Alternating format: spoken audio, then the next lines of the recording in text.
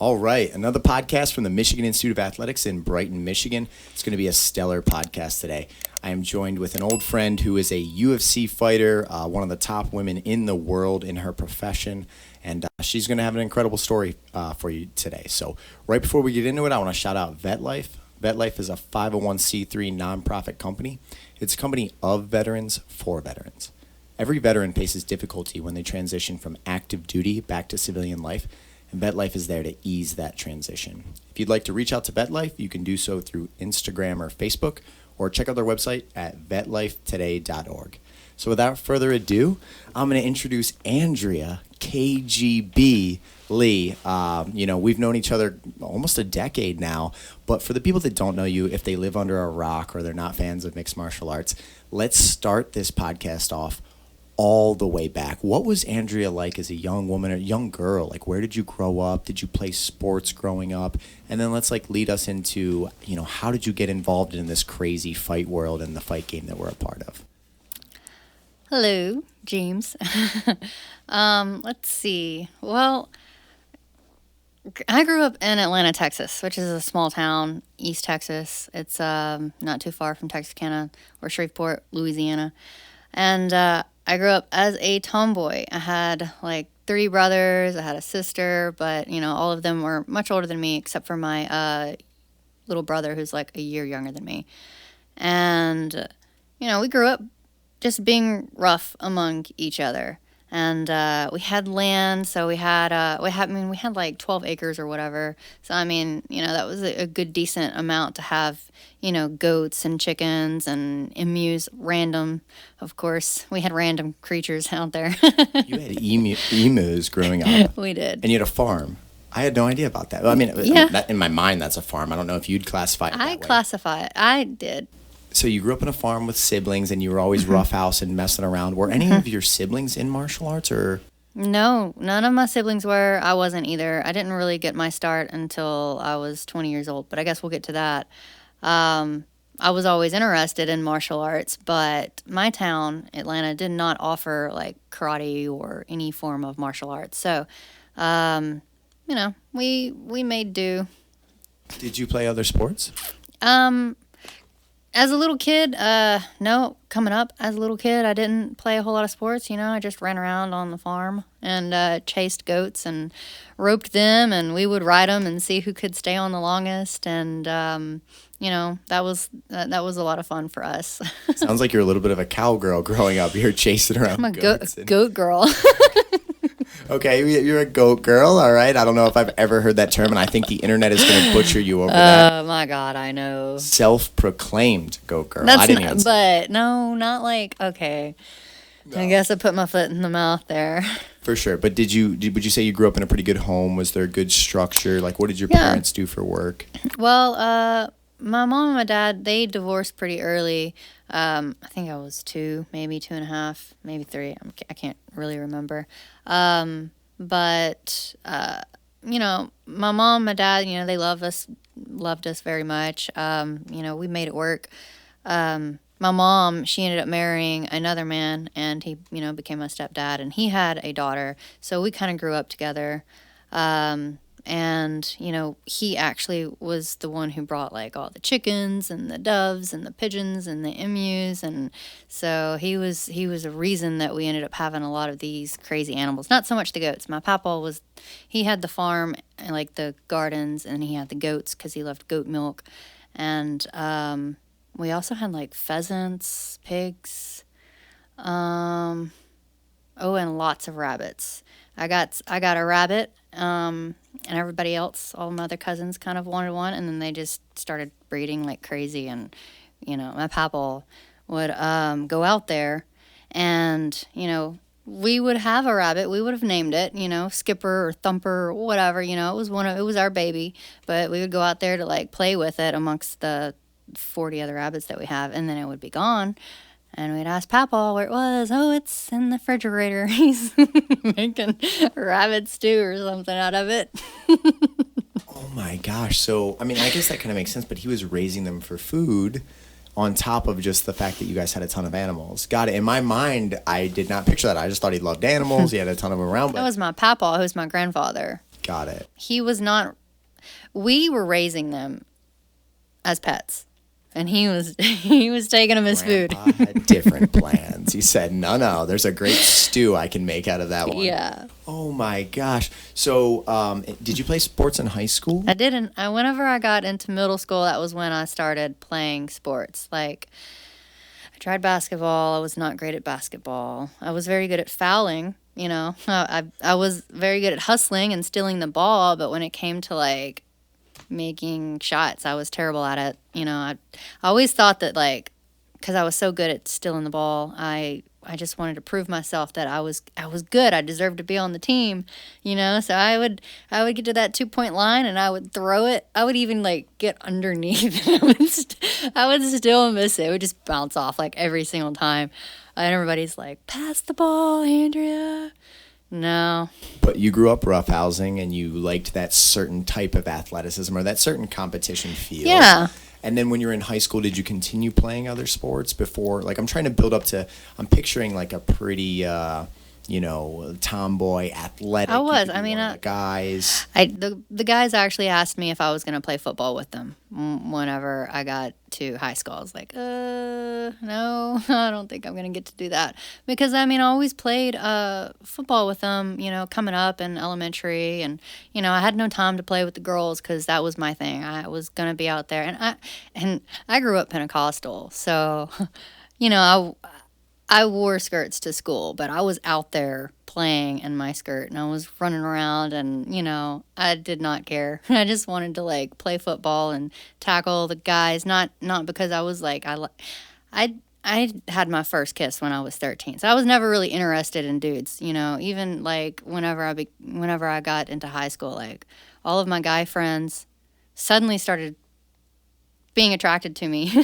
And I just thought that was weird because like we all came up together, we all played football together, they were my friends, they were my boys. I was not interested in them in any way, but yeah, I did, like I roughhoused a lot. And I can kind of picture the young Andrea. I think I have the idea in my mind of who you were. And we know women that were like that. You just have natural athletic traits that you probably had that separated you a little bit from a lot of the girls. Because a lot of the girls, or maybe they have those traits, but they don't use them as much, or they didn't grow up in a household where roughhousing was a part of childhood. So you realize that, like, oh, man, I can do that. I can maybe go out for the football team. I can play with these people. You know what I mean? Like, you had that mindset that you could be like one of the guys, right? I wanted to in middle school. I thought that playing football with them would be fun. But my mom was like, no. I was going to say, did you ever go out for the team? No, my mom wouldn't even. When I asked my mom about it, she's like, no, can't do that. So Got it. She's like, no, sorry. My daughter's not playing football with those big gorillas out there. No. So what led you into martial arts? So how did you first get started? Like, tell the whole story, because somehow martial arts found your life, and now you're I think you're number 11, right? Mm-hmm. You're number 11 in the world as a female mixed martial artist, still climbing, dominating in the UFC, but there was obviously a moment where martial arts entered your life, and did you fall in love with it like right off the bat? Did their love grow over time? Just kind of talk about how martial arts found you, and then how did it start to change you? Well, okay. So, again, coming up, I was always interested in martial arts. I honestly, I loved, and I feel like it's just stereotypical a fighter thing. Everybody loved Dragon Ball Z.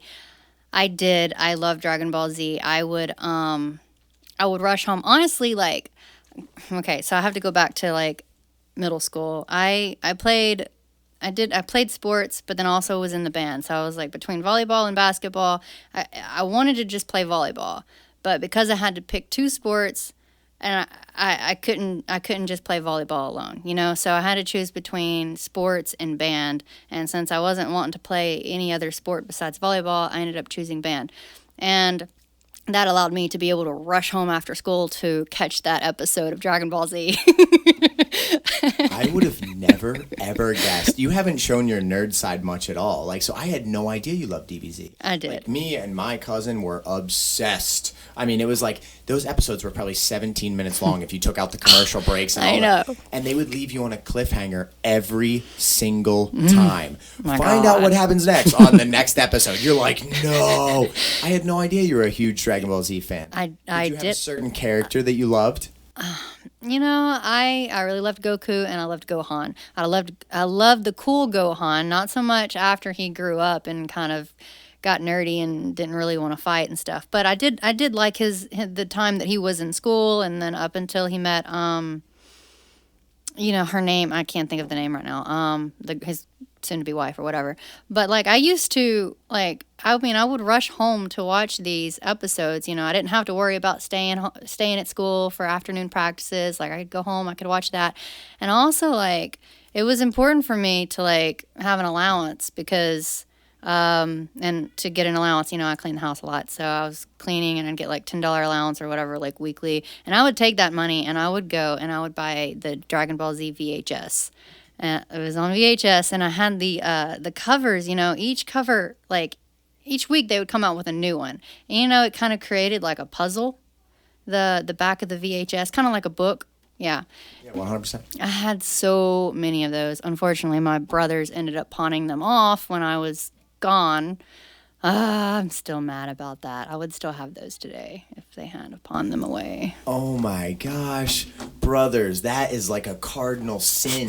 You're gonna sell the nostalgia from childhood like that? I know. Wow. Yeah, but I had no idea you were a huge DBZ fan and that you liked that stuff. I was the same way. I'd get up before school to watch Pokemon, and then the DBZ episodes would air. Like I said, it was probably only 15 minutes of content a day, but I wasn't gonna miss it. I was gonna be there to enjoy the show. So there's a certain, I think, avenue of your mind that if you love something like a Dragon Ball Z and anime like that, there's constant fighting and themes of like progression and building yourself up and having to train and level up and like maybe not being up to a certain challenge. Overcome it and everything. So a lot of the stories actually parallel what you have to go through as a professional mixed martial artist. So you love DBZ, there's at least a doorway in Andrea's mind that's like, maybe I'm a fighter, you know what I mean? And I don't know if you even had that thought yet, but you're able to play sports with the boys, so you didn't look at yourself as like a girl that was, I can't do that stuff, that's just for the guys. And you enjoy an anime, you like the storyline of overcoming things in life, which is huge. Personal progression is something I think all people should pursue. So did you get exposed to martial arts at all in high school, or was it once you had graduated that you found it? It was once I graduated. I did play volleyball in my senior year, and I just loved being a part of a team. I loved playing sports, and I loved being active and working out. I loved the fitness aspect of everything and just being healthy, and I wanted to continue to do that. And I knew that I was never going to be like a professional volleyball player. I mean, I was decent, but I was never that good. And I always thought like being a professional athlete would be an incredible career. It would be something that I would love to do. Honestly, I didn't ever think I was good enough to be a professional athlete. I wasn't like an all-star athlete in school. I wasn't, the best at anything. And, once I graduated, I moved to Shreveport. I started seeing gyms advertising for boxing and kickboxing and MMA, which I had no idea what MMA was, I didn't even know what it stood for, but I knew what boxing and kickboxing was, and I was like, that sounds interesting. I want to do that. And then whatever MMA is, I'll do that too. So I called around. The gyms were like $100 a month. I was like, man, I can't afford it right now. So that was at age 18. And then at age 20, I'm working at Buffalo Wild Wings. I'm making enough money to be able to pay monthly. And I had a friend who was talking about it, who worked with me. He had a cage fight coming up. I'm like, oh, really? A cage fight? And here I am. I'm working at Buffalo Wild Wings. I watch the UFC. We have it like on the weekends. I mean, it wasn't as regular then as it is now. But so I was familiar with it. But it didn't like translate. So I'm like, oh, a cage fight? That's so cool. So what do you mean? Like you walk into a cage and they lock you in and you fight? I don't know. It sounds so stupid because like I've watched the UFC, but I never really paid attention to it at that point. But yeah, he's like, yeah. I train over at such and such gym, and I've been, training for the past couple of weeks, and, I got this fight coming up, and I'm like, wow, that sounds so cool. I want to do that. And he's like, well, if you come to our gym, you probably won't last. They'll probably, weed you, because they like to do like they like to weed the weakest link out, and sparred hard. So like for a lot of the newbies, they would put on gloves and spar. I mean, like, and see who really liked it and who didn't like it. So, I mean, I guess that's kind of how a lot of gyms were back then. They weren't really, like, as smart about how they, approach it. But, they are now. I mean, everybody approaches it differently now, than they did back then. So 100%. I mean, you are spot on with back in the day. It was kind of like some tough dudes or even women too, but women were more rare in the sport, but it was like almost a proving ground. You had to go in there and prove that you belonged and that you were, almost you had to earn your respect and you had to earn your place before they would even take you seriously. And now it's more like there's academies all over. There are places for, community people to come and train mixed martial arts, whereas back in the day it was like fight clubs. They were like small fight club teams where, people would beat the shit out of each other. And the people that survived got to be a member of the team. You know what I mean? It was definitely a different environment for sure. So this young blonde waitress from Buffalo Wild Wings walks in, you just showed up to a class. And I didn't show up to that gym. I was like, well, that's not where I want to go. I said, I need to find somebody who's going to take me serious because I don't want to just get beat up and then like not like it. So I played that smart, and I ended up going to, I had another friend who recommended Karate Mafia. And that is Karate Mafia. Donnie Aaron owned Karate Mafia. I was expecting like an old sensei type. I mean, that's what I was thinking it was going to be. Somebody with like gray hair or whatever. Older, wise. Mr. Miyagi. Yeah, I was expecting a Mr. Miyagi. Really, I was. So I get off the phone with Donnie, and he tells me just come by, check it out. He's gonna see how I do. He's gonna like put me on the bag, run me through some things, and just see what I'm about. Well, I show up, and I think he was like 32, 33 at the time. He's like out for his run, and he comes up. He's got some, he's tattooed and like gauged ears, and I'm like, this is not what I was expecting. You're not Mr. Miyagi. Where is the actual owner? Yeah. Let me speak to the man in charge. Pretty much. But then we. Was it love at first sight a little bit, Andrea? No. I met you two when you were together, or did that grow over time? That was just something that grew, over time of us training together, because I was not attracted to him at first, like just not my type with the tattoos, the gauged ears, and then he was like 14 years older than I was, so 14, yeah, something like that. So no, I was not. I was just interested in training.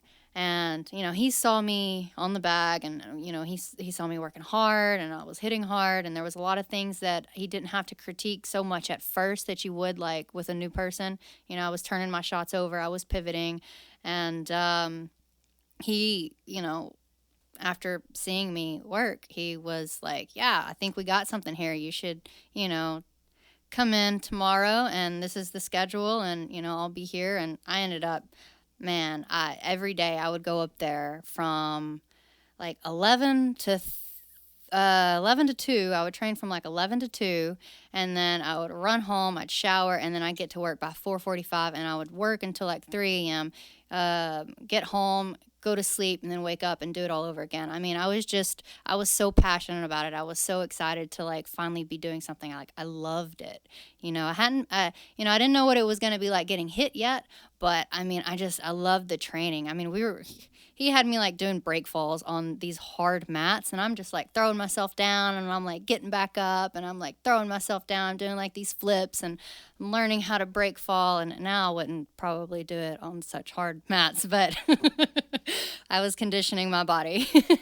So yeah, you fall in love with the sport that you had seen a little bit, and probably the personal progression. You're doing like a real life DBZ, right? You're now the girl that's in hard training. You're leveling up. You're seeing the progress. You have someone that you look up to telling you, hey, there's some potential here. Like you might be able to do something with this.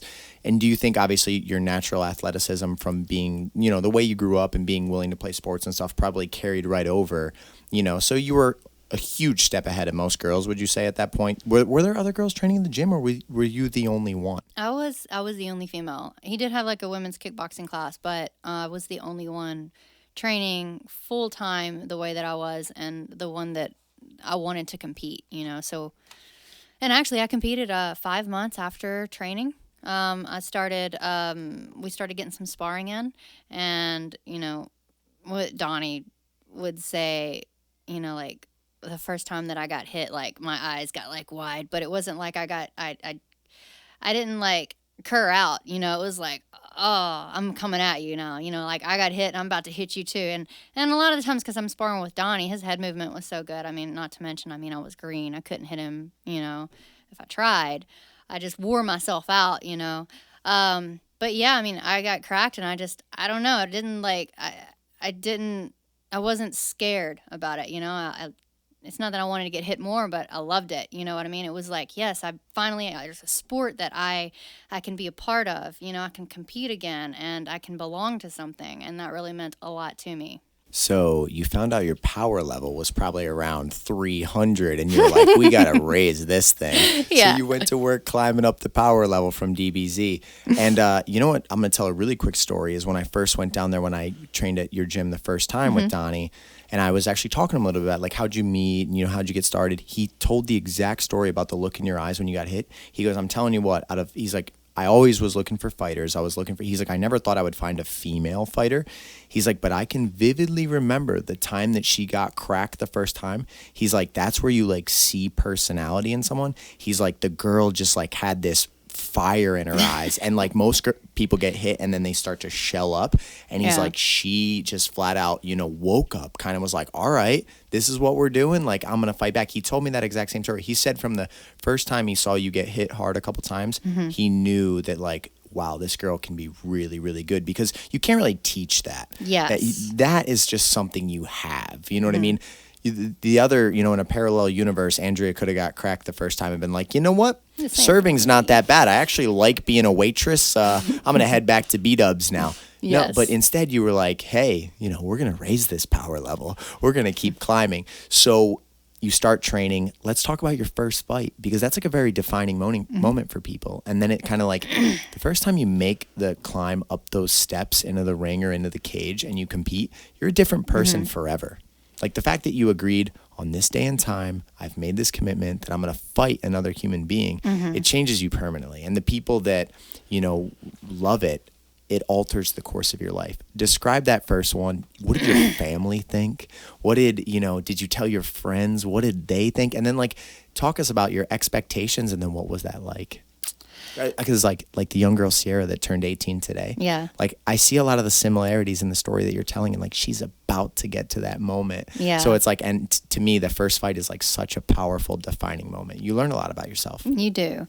And, my first fight was a boxing match. So Donnie made it clear that he didn't want to just throw me into the cage, and be fed to the wolves, because I needed to know what it's like to fight in front of a crowd without having to worry about all the other aspects of MMA coming at me. So we worked, religiously on boxing, and I had my first boxing match at the Louisiana State Golden Gloves.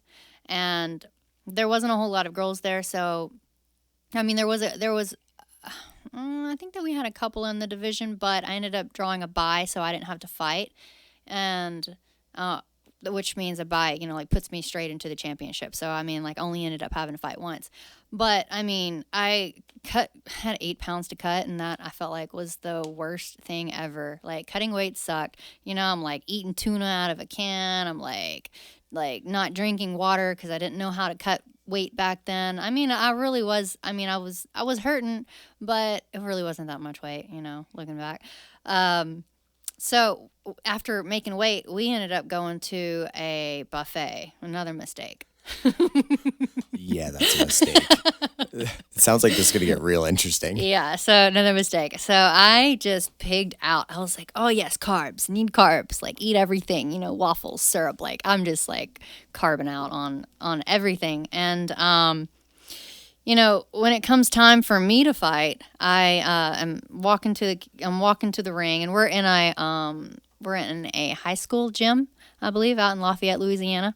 And I'm like such in a hurry to get out there. I'm like blind too, because at the time I didn't have my PRK, which is procedure, corrects your eyes. I wore glasses and I didn't have contacts. So I was blind walking to the ring, and I was fighting blind too. And And by blind, I mean one eye was negative 650, one eye was negative 700 for anybody that knows that's like really bad. So I'm walking out and I get to the ring and, I didn't have my mouthpiece in. So my brother had to run all the way back in time to get my mouthpiece and like throw it to me before they canceled the bout because, like they were about to. So I get my mouthpiece in, I get in there, and then bell rings, we get to going.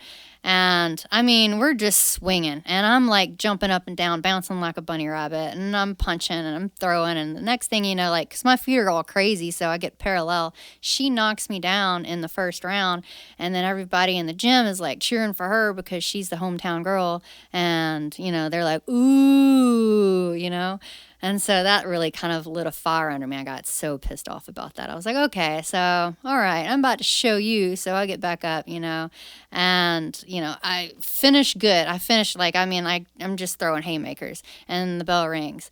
And then we go out for the second round, I believe. I honestly want to say maybe they stopped it at the end of the first round, or maybe it was the second round. But I just went out there and I just remember throwing, left hooks, overhands, straight punches. I mean, I was just letting them go.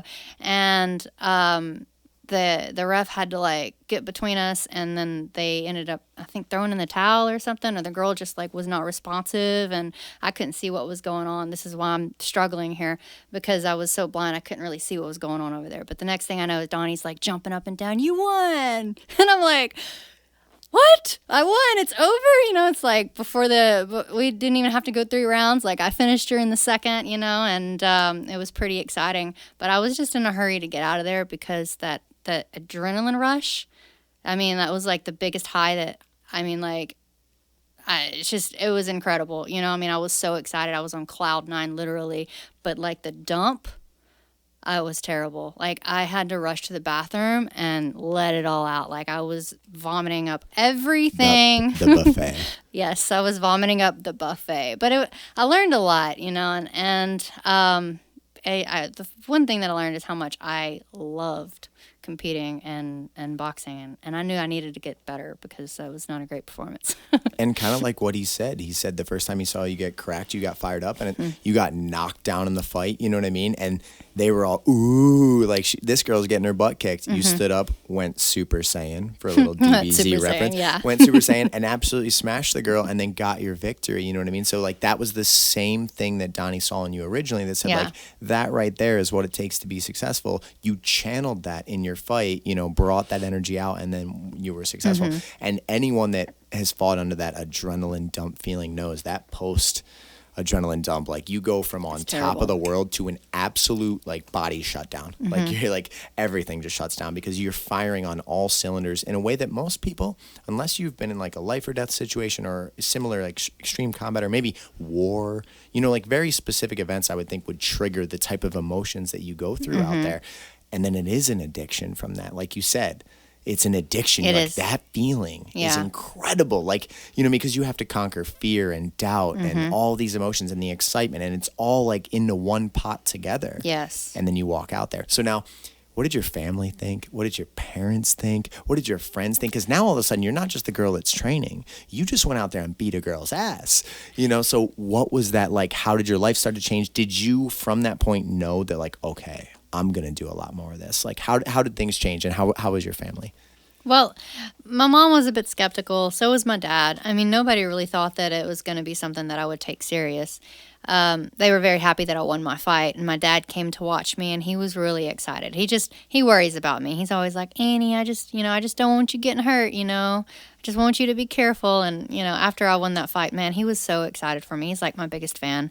And, my brother, Jacques, huge supporter. I think all of my brothers, were, Is Jacques your younger brother or your older brother? Younger. Yeah, so I just met him. What a nice guy. So he sees his big sister, gets out there, throws hands. Was he there, or did he hear about it? He was there. Remember, he had to go back and get my mouthpiece. Yeah, so that was the brother that grabbed the mouthpiece. Yes. And so he sees his big sister just throwing bombs, and oh my God, what a cool experience. You know what I mean? Like I'm trying to put myself into that situation. What a cool experience to see. So now you go back to the gym, and then did you go right into MMA from there, or did you start doing kickboxing? Because like that's a brilliant plan that you did a boxing match first versus just like, hey, let me do all this cage fight. Well, I continued with boxing. We wanted to be, there was a lot of things that I did wrong in that fight, and we just knew that there was a lot of stuff to work on. So I had more boxing matches after that, and we had some local, one that I ended up winning. I want to say I finished that fight too, but I think I finished that fight too. So long ago. And then we ended up going to the women's Louisiana Golden Gloves because I won the state, and then that like kind of gave me a bye to go on to the women's Louisiana State Golden Gloves, and so I got there, and that was like 7 months. So 7 months in, so I did the state at 5, and then I did the women's the women's national Golden Gloves at 7 months. So that was a big deal, and I got there, and there was a couple of girls in my weight division. I was fighting at, I think, 139, so a little bit heavier. I'm a 125er, so I was fighting at 139. I just didn't want to have to cut a whole lot of weight because it was a tournament. You have to, like, maintain your weight. So, they divided us up. I won my first match, and I looked really good. I was moving my head somewhat, and I was landing a lot of straight shots, and I kept the pressure on her. I wasn't one to back up so much. So, I just kept pushing forward, and I got my hand raised. And so that put me into the final fight with a girl that had been training for, like, a long time, quite a few years. I can't remember exactly, but she had already been, she had so much more experience on me than I had. I only had 7 months. The fact that you're in the national tournament at 7 months is remarkable. Yeah. It's remarkable. It really is, and, I didn't win that fight, but I made it all 3 rounds, and it was a back and forth. It was exciting. She definitely had the better hands than I did, and even though I lost that fight, and at the time I was dating this guy who was like, he wasn't really a big fan of me, like, training with guys, we were kind of in a long distance relationship anyways, and we had been off and on, and during the time that we had broken up, I really is when I kind of came to, like, the gym and started training. Also that relationship sort of, like, pushed it because I was like, man, I need something to hit. You know what I mean? Oh my gosh. If that doesn't tell you everything you need to know, I need something to hit right now. Yeah, pissing me off. He really did. So, and then we ended up getting back together after I was training, and I told him, I was like, well, look, this is what I'm doing, and you got to deal with it if you want to be with me because I love this, I'm a fighter now. Yeah, basically. So he was like, oh, well, I'm sorry you lost your fight, so does that mean you're going to quit now? And that really pissed me off. I'm like, are you fucking kidding me? No, I'm not going to quit. In fact, I'm going to see how far this is going to take me because, I've only been training for 7 months now, and, like, I might have lost, but, like, it really, like, I cried, I was so upset. Like, it meant a lot to me. So I was like, I'm going to see where I'll be at in 5 years. I'm going to see where I can go. Maybe I'll continue and pursue boxing, and maybe I'll try to go to the Olympics, and that was sort of our thing. But, Olympics was far-fetched, it's very difficult to get that, or to be nominated to be as part you're of the saying Olympics. that, you're in the UFC ranked number 11 on earth. Just, like, let that sink in. You're like, oh, that's unrealistic. How is that unrealistic? You're in the UFC. You're one of the best women on this planet. It's not unrealistic at all. You just went a different route. You ended up going into the kickboxing and then the mixed martial arts, but, like, it's definitely not unrealistic. That's definitely, you could have done that. It's possible. And my hands were a lot better, because I focused on, and you know how, when we met, I was mixed martial artist, but I was primarily a striker, and I had much better hands, I feel like, because I relied a lot on my boxing. And, after he made that statement, like, it just, I thought about it, and I was like, no, I'm going to see where this will take me, and I'm not going to give up. I'm not going to quit, because then I'm going to have to worry about, well, what if, I've already made it so far in just 7 months. If I turned back now, if I quit, then I'd be like, well, what if, and now here we are, I'm in the UFC, but if I had to quit, and then I would be watching all these women in the UFC, and I'd be looking back, man, that could have been me. I wonder if that could have been me. I wonder if that guy sees you dominating the UFC now and goes like, damn, Like, I can't believe that girl made it. Yeah. You know what I mean? Because from his small perspective, he probably just didn't think it was possible for you. You know what I mean? Because if he cared about you and, you know, he wanted to see the best for you. And these are Didn't ifs really because I care didn't know about him. me. But what I'm thinking is, like, you know, he's probably thinking like, well, this is not practical. She's just going to waste her time. She's going to get hurt. Whatever nonsense people tell themselves. Like, a lot of the times I see it in a lot of dreamers. The number one discouragers in their life are like family and friends.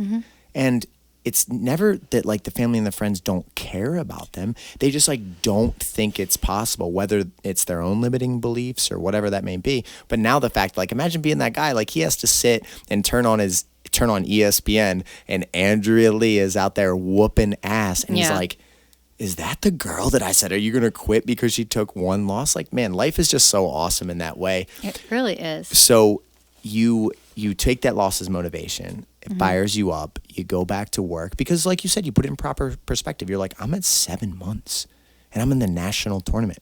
And that girl didn't blow me out of the water and knock me out in the first round. Like, I at least made it competitive. What will I look like in a couple of years? So you continue training, you're pursuing boxing a lot, but I know you have a lot of credentials in kickboxing. Like, I actually, when I met you, I could see that your head movement, the way you turn over your punches, your shots, and you had really good natural power. Like, that's something I remembered too. Like, and Bobby was like, man, her liver shot and like her punches, like you had good natural power. But I still thought of you more as a kickboxer than a boxer. So, you know, you continue to compete in boxing, you're doing kickboxing too. When did you decide to do your first kickboxing bout? And was it a difficult transition because you were just competing in boxing, or was it just like, now I get to use these weapons too? And like, in the gym, were you already training as a mixed martial artist, or were you just mainly training as a striker at this point in your life? I was training as a mixed martial artist, but I wasn't, okay, so this is kind of how everything went down. So, because in order for me to get there, I have to, you know. Oh, of course. Tell your whole story. Backtrack. And tell the girl, we got time. I want one day your daughter to sit this and go like, wow, like my mom did that. You know what I mean? So tell your whole story. Backtrack whenever you need to. Tell your story. So after the women's national Golden Gloves, that was kind of the moment when I started to have feelings towards Donnie. So it was sort of like after we got back, you know, the summer, because, I mean, I fought in, I think it was July, you know, and then there was like August. I mean, and honestly, I mean, like, people are going to kind of be like, ugh. Well, you got this turd of a boyfriend that's saying, like, don't you want to quit? Are you all done now? And you probably have someone else that's supporting you and is giving you positive energy and is helping you out. You know what I mean? So, like, I can see how the relationship would form. The only the only dynamic that some people might be like, is the age difference. But, like, you've seen it throughout. At this point, you're not a minor. You're not 14 years old. Yeah. You know what I mean? Training with an old, or it's not like he trained you when you were a little kid and you grew up, and then like that adds the dynamic. You were just a young woman and a man that you two were working together. You're exchanging energy together. You're supporting each other. You're accomplishing dreams together. Because like as an athlete, like when you win, your coach feels a win. Yeah. Like, I never realized that till I really started coaching. But like, man, when Josh Parisian just got his hand raised at the UFC, like I almost cried. I felt so weird. I was like, why am I almost tearing up? But it's like I've seen the work that person has done to get to where they are, and it's like it's special. So you two are sharing that bond, and people have to realize, like, you know, most people go out to meet at the bar because they're trying to just desperately find someone in their life. Yeah. You organically had a relationship grow out of the bond that you had together. Yeah. I mean, we spent a lot of time with each other. And me and my boyfriend at the time, we broke up, and then Donnie and I told Donnie, you know, that I had feelings for him, you know, and so I kind of like was the one that kind of You opened the door first. I did. I thought this story was going to go, you broke up with the boyfriend. You told Donnie you broke up with the boyfriend, and then Donnie was like, hey, Andrea. No, so you came out and flat out told Donnie that, like, hey, you know, I think there's something here. Yeah, I did, you know, and, you know, so we started, you know, talking and seeing each other. I mean, even then, you know, there was, like, some, you know, red flags, but, like, we just continued to get closer, and then, but it wasn't too much longer, you know, that I ended up pregnant with Ainsley. I did not know that. I thought you guys were together for a couple years. No.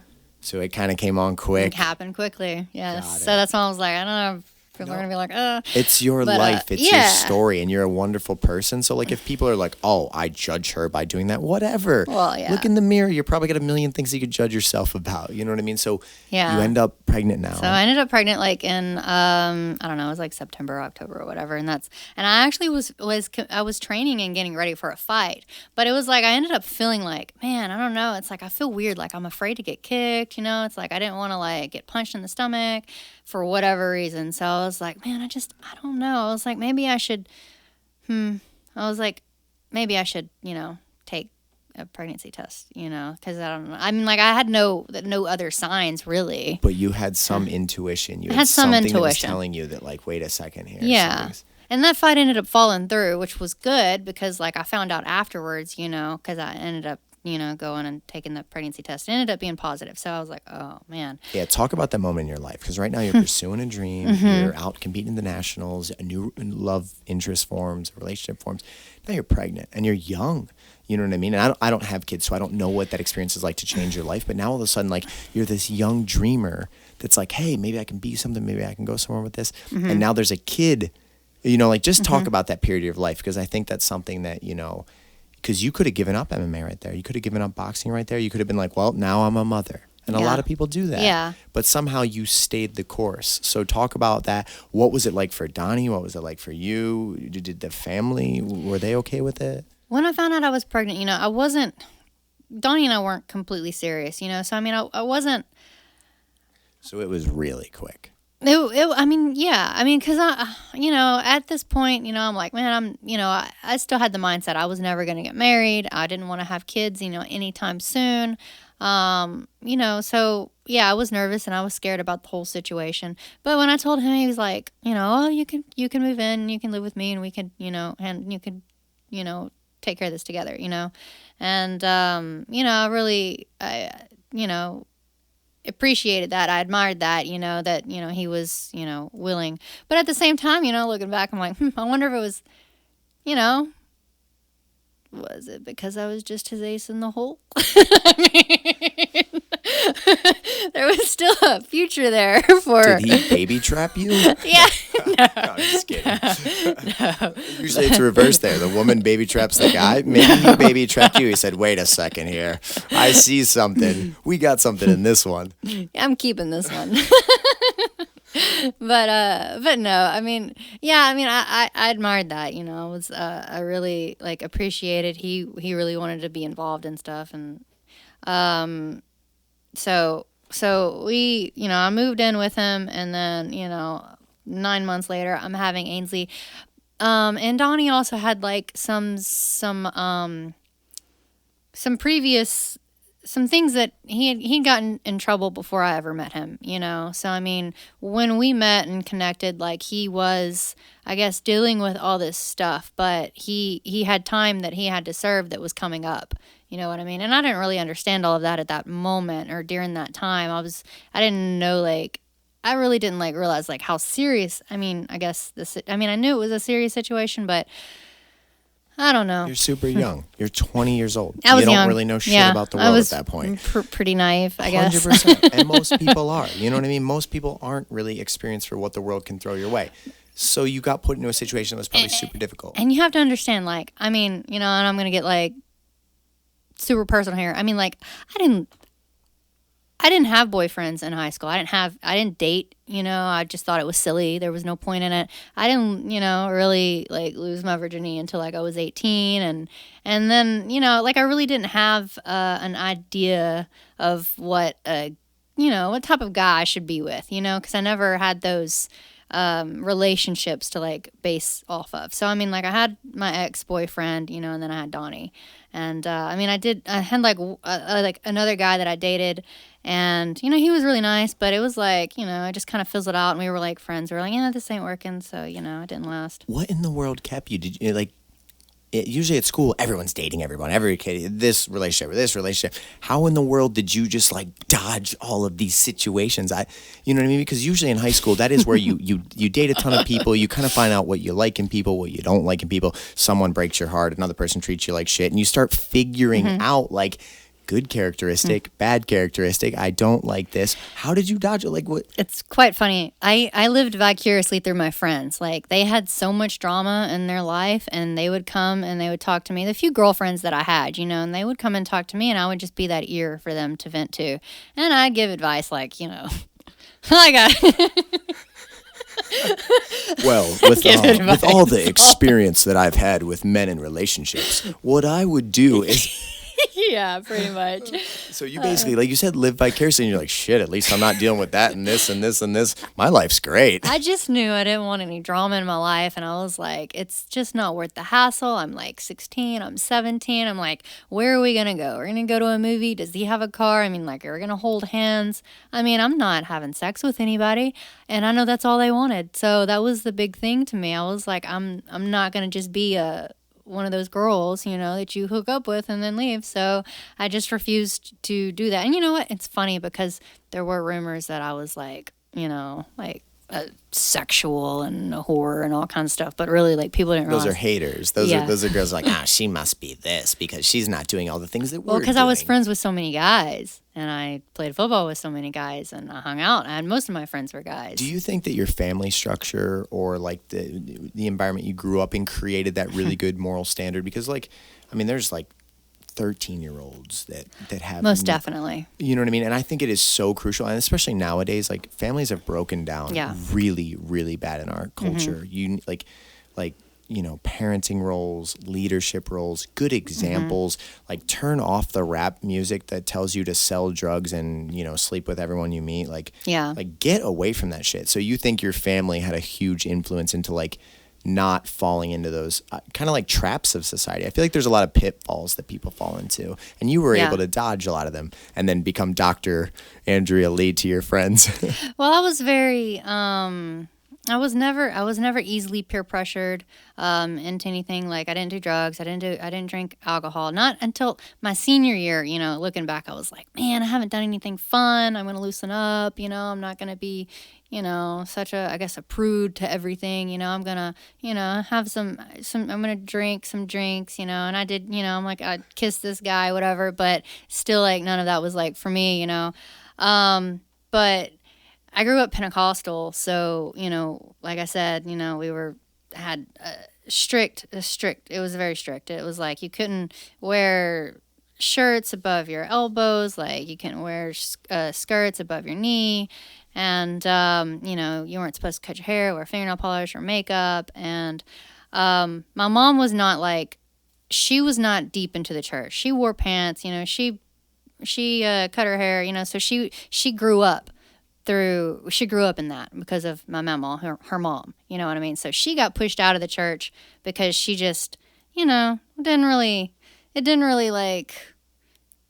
wasn't her kind of lifestyle, you know what I mean? But she loved the church, was still very, believes in God and stuff like that. It's just that she couldn't handle going to church. Well, I wanted to please my grandmother, and I wanted to do everything right. And I really tried. But then it was like, people at school were like, do you ever wear pants or shorts? Like, do you only wear skirts? And I'm like, well, I could wear shorts and pants if I want to. And so, one day I showed up in a skirt.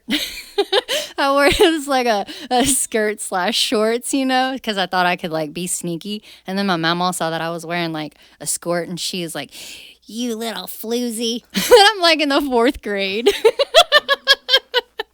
You're a floozy. You just want to show your legs off to all the little boys. And I'm just like, Oh my God. So as much as some people might rebel from that really hard, and the modern feminist movement would say you should be able to wear 2 strings if you want to and do whatever, which I'm not here to argue one way or another, but do you think that a lot of that structure and strict nature, even if it was over the top in a lot of ways, probably did keep you out of falling into so many of the traps that cause people to have no self-esteem and depression and struggle with things? Because you did set a higher standard, because you're even saying right here on the podcast, I wasn't going to be one of those girls that was just hooking up with every dude. Yeah. And you know what I mean? So sometimes I feel like people look at that stuff and they resent it and they're like, oh my God, that's so bad and restrictive and But man, society will drag you down if you allow it to. You know what I mean? Yeah. And like you were able to dodge it. So as much as you might have said it's too strict, it was a little over the top. It was too, I can't believe my grandma called me, was it floozy? Floozy. Floozy in fourth grade. But it probably was based from an idea that they wanted to protect you from a lot of the way that the world was. Yeah, You know? and they did, and it helped me to be conservative. I mean, I was, I didn't really like start wearing like shorts or like halter tops, until I like got into my 20s, and actually like after I met Donnie, I was very self-conscious and very insecure, and I just, I just didn't like wearing, shorts and stuff like for whatever reason. It probably was because of that. But yeah, I think that also because I just didn't want to be another statistic, and I could see like, my older brothers, they were getting in trouble. They were trying drugs, and there was a lot of people in our hometown that were like meth heads and stuff like that, and everybody just kind of gets sucked into this little bubble, and they're there for the rest of their life. And I just was like, I do not want to be that person. Like, I'm gonna get out, and I'm gonna find a way to like help my family, because and my mom, she probably could have had dreams and she could have done something with her life if she hadn't had 4 kids, So for me, I was like, well, I guess it's all on me because my 2 older brothers are not doing what they need to be doing, and I was like, well, I'm going to be that one. Like, I'm not, like, I was learning from everyone's mistakes. My brothers were making mistakes, and I was like, okay, I'm not going to do that, and these other girls are making these mistakes. Okay, I'm not going to be like that person, and so I just, wanted to get out, and, that's what I did. I mean, I didn't get that far. I mean, I moved to Shreveport. It sounds like, though, you were doing a lot of self-reflection at a young age, and you had a really strong self-confidence. Can you attribute that to any one thing? Can you attribute that to like a family member or a family unit? Or like where did that self-confidence come from? Because like a lot of times when you have self-confidence, it's like having a barrier around you. And even when people try to pressure you or make you do things that you don't really want to, that self-confidence is like, no, that's not me. I'm not going down that route. Where did that come from for you? Because, if more people could find that, I feel like they would follow more like being true to themselves, and then they would value, their life and themselves more, which gives you more capability to follow your dreams. And where did that come from for you? I think it was just, maybe the relationship and the love, that I had, from my mom. I feel like I didn't want to ever disappoint her, because, she's done a lot and given up a lot. And I felt like, if I ended up going, because I could see how like my brothers were affecting her, you know what I mean? And like I didn't want to do that to her too, and I wanted to be a good example for my little brother as well. And I feel like maybe that's a lot of where it comes from. And maybe that worked because Jock seems to be like an incredible person. Like I've only met him once here. He's super kind, radiates good energy. Like he just has that positive spirit. So maybe you did lead by example. And he went, wait a second, older brother's doing this, Andrea doing that. This might be a better route. Yeah. So let's get back on track to your training story. So you compete in the nationals, you get pregnant. You give birth to Ainsley. I gave birth to Ainsley, and then, Donnie ended up, a month after Ainsley was born, Donnie had to go and serve time. Like, he had, 18 months in jail that he had to serve. You were by yourself with Ainsley at 1 month old for a year and a half. My mom came and helped me, and not to mention, his mom and sister, his family really helped out a lot. They were very involved, and they still are very involved. And, it allowed me to be able to continue to train. Like once I was released after 6 weeks from the doctor to be able to go train, man, I hit it full force, because I took a fight in December, which was only a few months. I had Ainsley in July, and then I had my first fight in December, my first MMA fight. But now Donnie's in jail during this time, and where are you training? How did you prep for this? Was it a hard mental thing to do to be like the guy that's coaching you is not able to be there? Well, that other gym that I didn't ever go to, the one that was supposedly the one that beats everybody up, I ended and during this time, I don't know if you know. It was. Have you ever heard of MTV Caged? MTV Caged was filmed in Shreveport and at my gym, Karate Mafia. And so, you got Danger Schnell, you got Tony Kelly, you got a couple of other local fighters and stuff that were all on this show. During that time, they filmed the pilot, they filmed a season, all right before Donnie went to jail. So Donnie was a part of it, but they didn't really put so much of him on there because he refused to let them record him turning himself in. But so he didn't want any of that like on TV. We can still find these files. Like someone could go online and search MTV Cage, and it I was feel literally so, filmed. yes. You would see young Andrea in the gym. You would see me in the background. So I'm pregnant, walking around. I also had a broken leg at one point, which I broke my leg because I was. This was before I got pregnant because I was supposed to be a part of the MTV Cage, the reality show, and I was going to have an MMA fight way earlier than I should have. I wasn't ready for it. So I ended up breaking my ankle, like falling wrong. Someone hip tossed me they hip tossed me and I broke my leg. And that put me out. So I wasn't able to be a part of it. I was just in the background, and I was part of the team and stuff. I'm going to try to find footage of the pregnant with a cast on Andrea strolling around in the background. Well, I wasn't pregnant when I broke my ankle, but I was pregnant during some of the episodes that were filmed. And what was the like idea of this show? Was it just like showing MMA as a sport, or like what was MTV's role in MTV Caged? It was supposed to be about local amateur fighters, struggling to make it and become a pro. Got it. That makes sense. Yes. Yeah, like kind of just showing the lifestyle Yeah. and like what they're going through to try to climb the ranks at the dream of getting to like the UFC. Yes. Which back then was probably incredibly small compared to where it is now. Because we're Yes. talking, what timeline, just for the listeners, what timeline is this? This is probably like 13 years ago? It was in 2009 is when they first started filming the pilot. And then 2010 was the whole year that they actually filmed the season. So, yeah. So that's like 12 years ago. That was a little while ago. Oh my gosh, you would have been like 22. Yeah. All right. Yeah. So then you give birth to Ainsley. I gave birth to Ainsley. During that time, we had other coaches and stuff who were helping with MTV. So, and that includes Brent Mason, who was at Elite, that gym that I was speaking on, and they're not like that now, of course. We all have grown and evolved since then. We laugh about it today. But yeah, so I ended up going and training at Brent's gym over at Elite, and Donnie, was okay with that. He wanted me to continue working and getting, working on my jiu-jitsu and my striking, and, also Tony Kelly helped me out for this fight, and then a few others helped me get prepared for my first MMA fight. And it's funny because Tony, who's now my boyfriend, he actually was in my first MMA fight.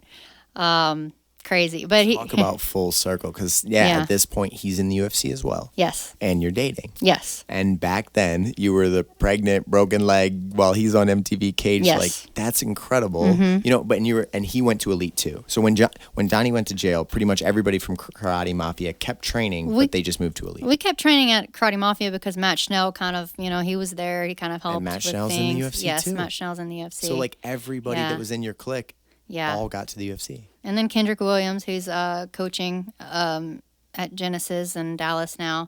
Bad Sensei. Yes, Bad Sensei. So he's hilarious. Yeah, so because of these connections, it allowed me to be able to continue to train. I had my first MMA fight against a girl that was 4-0 in MMA, and I had, my boxing, my striking, and I thought for sure, I was good enough. Who lined that fight up? Your debut fight against a 4-0? it was one I was like, I saw her fight and I wasn't that impressed. I was like, oh, I can beat her. Hadn't really been doing too much jujitsu and grappling, I don't know what that hugging stuff is they're doing, but I'm telling you right now. I can just push away from that. I would just bench press that girl off me. Yeah. So, I was the one that wanted the fight. And then, we told the promoter and then they lined it up and I lost that. That was my first fight that I lost. And I lost because, she took me down some. And it was really sloppy. It was back and forth, but I was on my back too much, And I lost that fight. And then I had a couple of more fights, and I did better. So I think I was like So you didn't get very discouraged. You I lost didn't- the fight, but no. you were like, okay, I lost this one, but I'm going to keep going. I was like, okay. So I had positions, like I had triangles, I had guillotines, but I didn't know what they were. You know, everybody's like yelling for them, but I'm like, I don't know what this is. I don't know what you're talking about. So I had these opportunities to finish the fight, but I just didn't know what I had, you know. So I went back to the drawing board and I continued to work on my grappling. And I had a couple of more fights with Brent before Donnie got out of jail. And then once Donnie got out of jail, like that's when kickboxing came into play. So I had like 3 fights, and then Donnie gets out of jail. I had 3 MMA fights. Donnie gets out of jail, and then it was like kickboxing, Muay Thai. You know, we're going to work on your striking. You've been working on your jiu-jitsu. Now we need to work on your striking a little bit more because, you know, Donnie's my real striking coach. And, you know, and he was a great striking coach. Phenomenal. So, yeah, we start working on kickboxing. We get ready for the IKF. I go out there, and I win on my hands alone, but I did throw some kicks. You know, I landed some solid kicks, but, I was rocking these girls, you know, with some overhands and straight rights and stuff. So I ended up winning the IKF, I won the championship belt. And, you know, we all celebrated. It was exciting. But then I continued to have more. I did the IKF again. I did the WKA, and I did was it the WK? And then the TBA. Yes, the TBA. That's out in so TBA is in Ohio. TBA is Ohio, and then I think the WKA is like Virginia. And I ended up winning all of those tournaments. I did kickboxing and Muay Thai, and Donnie always wanted me to just get all the experience. So he was like, "Okay, you're gonna compete in kickboxing and Muay Thai." You know, so there was sometimes I was being called. I was up for Muay Thai and I was also up for kickboxing, you know, so they had to like kind of put off some, you know, rounds for me to like compete at this other one so I can go do that, so I can do Muay Thai and then go kickbox later. So it was pretty interesting, but... So then at what point in your mixed martial arts career did it actually start to click to you that like, maybe I can be a fighter full time. Maybe I can be a professional fighter. Or was that the goal from day one? Or when did you really start to know that like, I'm going to turn pro and I'm going to see where this thing takes me, you know, because like a certain mental leap has to take place versus just like fighting, you're winning kickboxing, boxing, you're doing some MMA to like, I wonder if this can be my career path. Or were you on the path thinking that like, this is what I'm going to do for my life? Like I'm going to get to the top of this sport. What was your mindset like at this point in your life? I was on the path already. I had everybody in my ear, you know, they were telling me how much they believed in me and that I could be a world champion. And, you know, I had won titles here and there as an amateur, but to me, as exciting as that was, like I wasn't a professional champion, you know, like world champion. And that's what I was striving to be. And, you know, Ronda Rousey comes into play. And I think that's when the opportunity to be in the UFC is really, when it all became real, you know. When Ronda Rousey was on her reign of terror, just butchering people from Strikeforce, then getting signed to the UFC, at what point in your career were you at? Like, were you were a pro at this point when you first watched Ronda, or were you still an amateur? I was still an amateur. Would you say she was the most influential person that you saw? Like, it really showed that, like, wait a second, like a woman is dominating, and on the top of this, maybe I can be just like that. Or were there other people that you were really influenced by? You know, at first it was Chris Cyborg. I was really excited about her because she was just very violent and, you know, just knocked everybody out. And I was like, man, I want to be like that. You know, I get really excited. Everybody wants to see a knockout, you know. So that was one thing that I took pride in. Like, I was like, I'm going to have great head movement. I'm going to be knocking people out. You know, I want to be just like Chris Cyborg. And, you know, her fight with Gina Carano, I mean, she pretty much finished Carano's like fighting career. And Gina at the time was like 9-1. I mean, yeah. Gina was extremely talented too. She was on American Gladiators. She was like a figure of fitness. Yeah. She's in the movies now.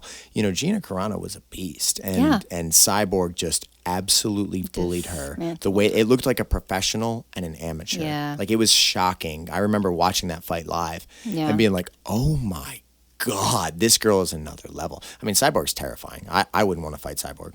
She is. No thanks. Yeah, she is terrifying. Especially in her prime. Because now she's much older in her career. She's about to wrap it up. But I tell you what, Cyborg in her prime is one of the best female mixed martial artists of her time, hands down. I think so, yeah. And I was very inspired by her, you know. just on her aggressiveness and her just she was violent, you know. That tenacity. She Yes. brought ferocity to the ring. Yes. She was just after people. She had that look in her eyes that Vanderlei Silva had. Do you remember Mm-hmm. like Vanderlei Silva back in the early days? I don't know if you're a big fan of mixed martial arts back then, but like Vanderlei Silva had a certain look when he would have his gloves together and would be doing this across the ring that I'd be looking at the guy like, yep, I'm going to die tonight. This is the worst decision I've ever made. So let's talk about when you scheduled your pro debut, because that's the huge jump. Because like you said, you're already figuring out like, yeah, I'm winning, I'm getting these credentials, I'm getting these titles, I'm doing well, but I'm not a professional yet.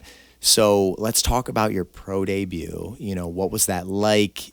You know, when you first flipped that switch to like, I'm going to be a professional fighter. Just talk about that period of your life. You know, you're training at Karate Mafia. How old is Ainsley, etc.?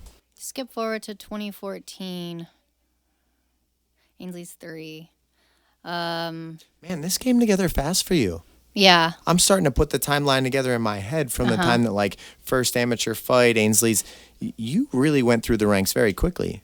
Yes, I did. But then that's, like I said, it's all due to because we, you know, there wasn't a whole lot of females that were fighting back then. So if I wasn't able to get an MMA fight, we were getting a boxing match. If I couldn't get a boxing, we were getting a Muay Thai or kickboxing match. So I stayed busy, and I also did a lot of grappling too, you know, so I stayed busy just, you know, keeping my name out there, and I think that helped. Building a resume, that's what really helped a lot. I had close to 50 fights as an amateur. So fast forward to 2014, and after I had 13 fights in 2014. I had 13 fights. You won were 'em. super active. Very active, yes. I mean, I wasn't able to like think about the fight that I had coming up because I always had another fight lined up right after. And I miss being active like that. I really do. It makes you really, really good. It makes you better. I mean, if I was as active no. Now, as you were Yes, then. that's what I'm trying to say. Yeah, you feel like you'd make tremendous progress. Yes, for sure. But anyway, so, you know, I thought, you know, Paige Van Zant's name, you know, was being thrown around. So that was one name that was offered to me. But I was like, no, I still want to go to the TBA, and I want to, like, you know, at the time she wasn't really that big of a name. But like, I want to go to the TBA. I want to finish my year off. I want to get this win. You know, I want to get this belt, and then, you know, maybe turn pro. And so we ended up having my pro debut in Bossier, which is like where I live, Bossier, Shreveport, Louisiana. And the girl that I fought, she came in way overweight. But it didn't matter because, I mean, I was excited about this, you know, making my pro debut. And unfortunately, that fight did not last long at all. Didn't you, like, kick her finger off or something? Yes, like her finger, like it was like she went to block and my kick just like right there. Snapped the finger sideways. Yeah. I remember reading about it on Facebook. Yeah, so, you know, I guess when she gets ready to close her fist, you know, she feels pain, she looks down, she's like, oh, crap, you know, and she's like pointing and then calling the ref over, and then the next thing you know, it's over. And so I'm like, sorry, fans, sorry.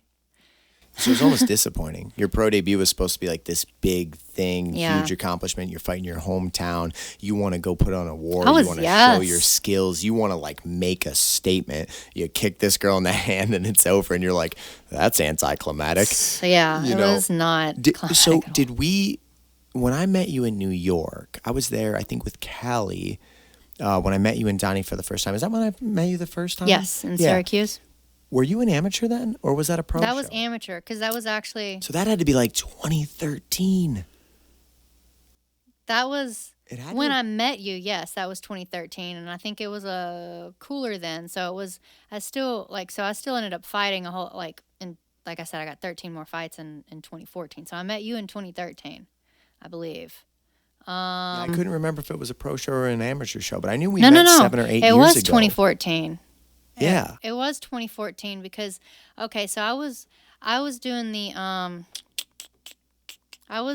I was doing this MMA team at the time where they were like going around. Yeah, I remember that. Remember it Yeah. was like different It was- teams and they would yes. fight other teams. What was the name of that league? It was I was the Nashville team. Yeah. I was the Nashville team. What was the name of that team though? It was I can't remember. It was like a certain league thing where Yeah. like each city was like Nashville's MMA team. Yeah. Yeah. And then it was like from other states and stuff from all over. And like, you know, the team that ends up like who wins at the end gets to go to, I think, Ireland or somewhere cool, you know, or like some world event. Like you're going to represent for this league. Yes. It was a really cool idea. It was a cool idea. I don't know what happened to it. Kind of burned out. I think so. But yeah, so I mean, like we ended up meeting then. That was pretty neat. But yeah, that was before. That was in 2014 because I remember I won that fight, but then I was fixing to turn pro, so I wasn't going to be able to continue to be a part of that league. You told me that actually. You said, "Hey, yeah, I am fighting this league, but I know I'm going pro, so I'm not going to be able to continue it. But I thought it was a cool opportunity." Yeah. Yeah, I do remember that. And you had made enough waves. I followed mixed martial arts incredibly closely, but only women's a little bit because of Bobby. Mm-hmm. And you were one of the only girls in the country that I knew of. Really? You know what I mean? Like I had seen other girls involved, but you had won so many kickboxing events and boxing events. I remember being like, man, this girl is tearing it up down south. Like this is somebody that we should watch the progression of her careers. Like she's doing really well. So you had definitely made a name for yourself because I'm in Michigan. You're in Louisiana. And I remember knowing Andrea KGB Lee was like one of the girls. And then that's why when we saw you in New York, you and Donnie both had cowboy hats. And that's where it made the connection. I was like, is that Andrea Lee? And it's got to be. I'm like, what other girl would have a cowboy hat on at weigh-ins? Really? So then, yeah, that's when we met. And I remember that your name was one of the ones in the country that people were talking about a lot because you were very active. You were winning a lot. You were doing grappling tournaments a lot too. Because I remember you had won several Nagas or things like that. You know, a lot of people were like, you know, they knew you. Yeah. So you turn pro. It's anticlimactic. You're bummed out. You know, you're 1-0, which is great. But then you really started to get momentum in your second fight, right? And then didn't you get signed to Invicta shortly after? Yes. See, the thing about Invicta, because we'd already reached out to Invicta, and they said, I just needed to get one fight in as a pro, and then they would bring me in. And so we did that. I got my one fight, and then my first fight for Invicta, I'm fighting Shannon Sin. And that was a really, really exciting fight. I cornered you for that fight. You did. Yes.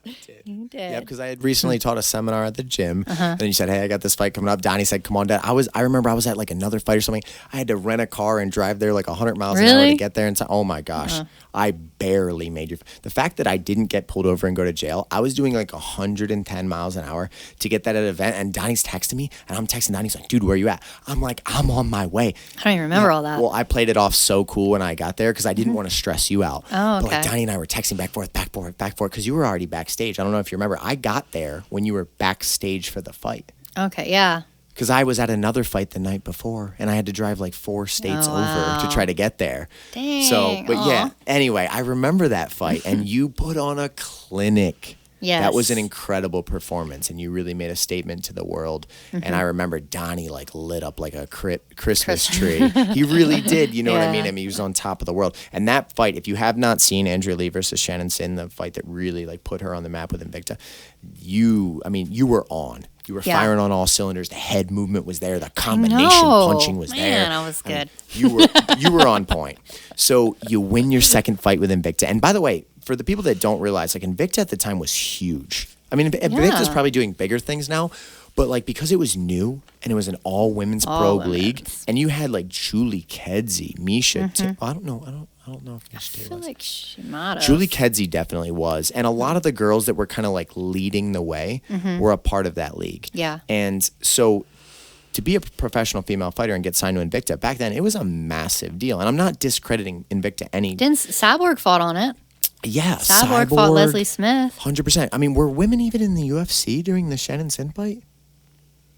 Had Ronda gotten signed to the UFC yet? I feel like it.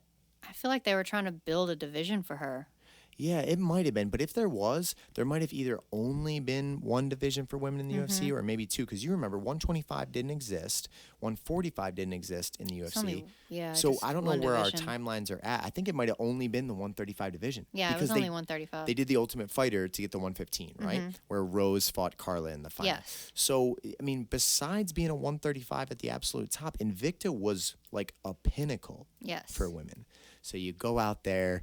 You're on TV. You put on a clinic, right? I remember that performance vividly.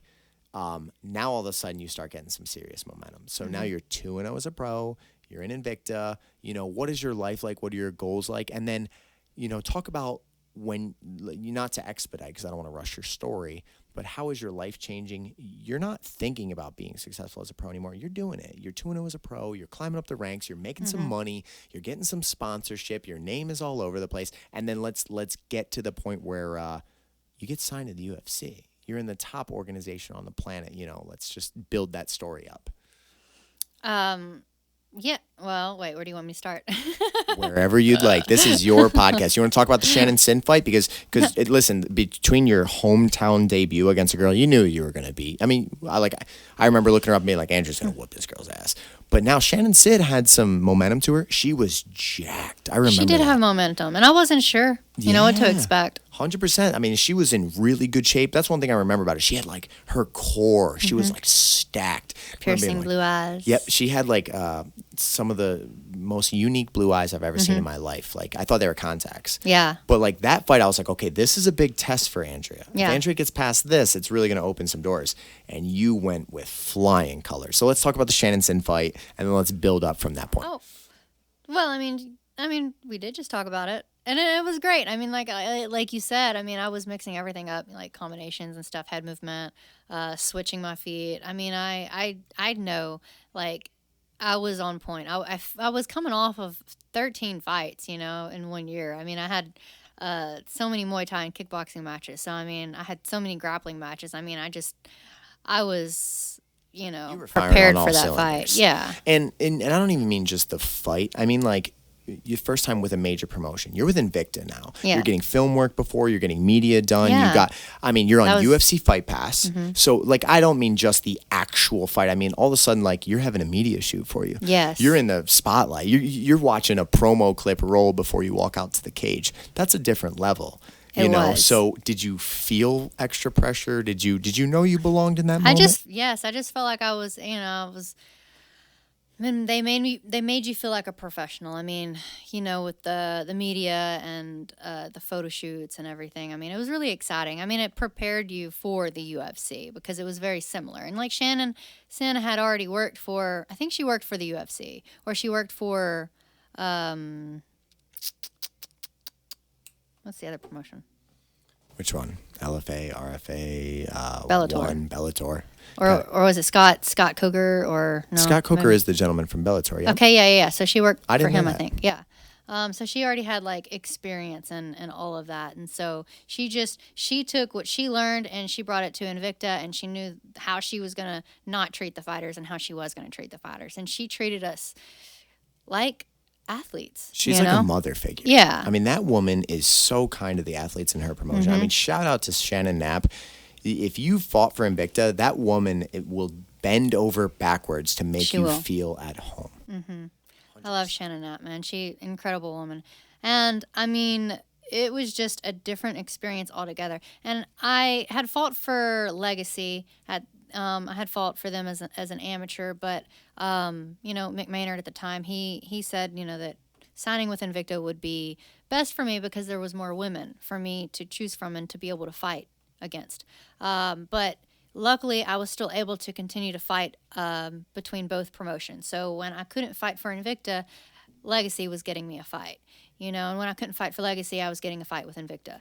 So that helped me to continue to stay busy because typically when you sign with a promotion, you're not going to get but a couple of fights a year. You're kind of sitting on the shelf until you get the offer. Yeah. And for the people that don't know, if you're not in the MMA world, Mick Maynard, the gentleman she's referring to right now, is now the matchmaker for the UFC for the women's divisions, right? I think he handles all the women's divisions. I think so. So how cool that, like, part of your circle coming up, I mean, you would fight for LFA, and he was doing an incredible job with her LFA.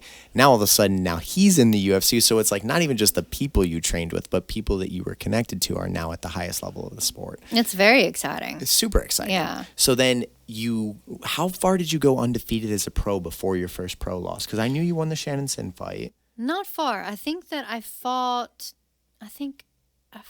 Roxanne right after that. No, you fought Roxanne in the UFC. I fought her in Invicta.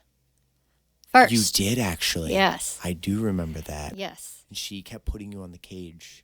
Yes. I remember that fight. I ended up getting injured right before going out for that fight. I ended up like getting a ruptured eardrum like literally like 2 days before, and I mean ruptured completely. Like I tried to get it repaired, like after that fight, but it still didn't it didn't sit. So I mean like it's still like there's still a big giant hole in my ear, which sucks. So I can't ever like put my head underwater. Like it's just gone.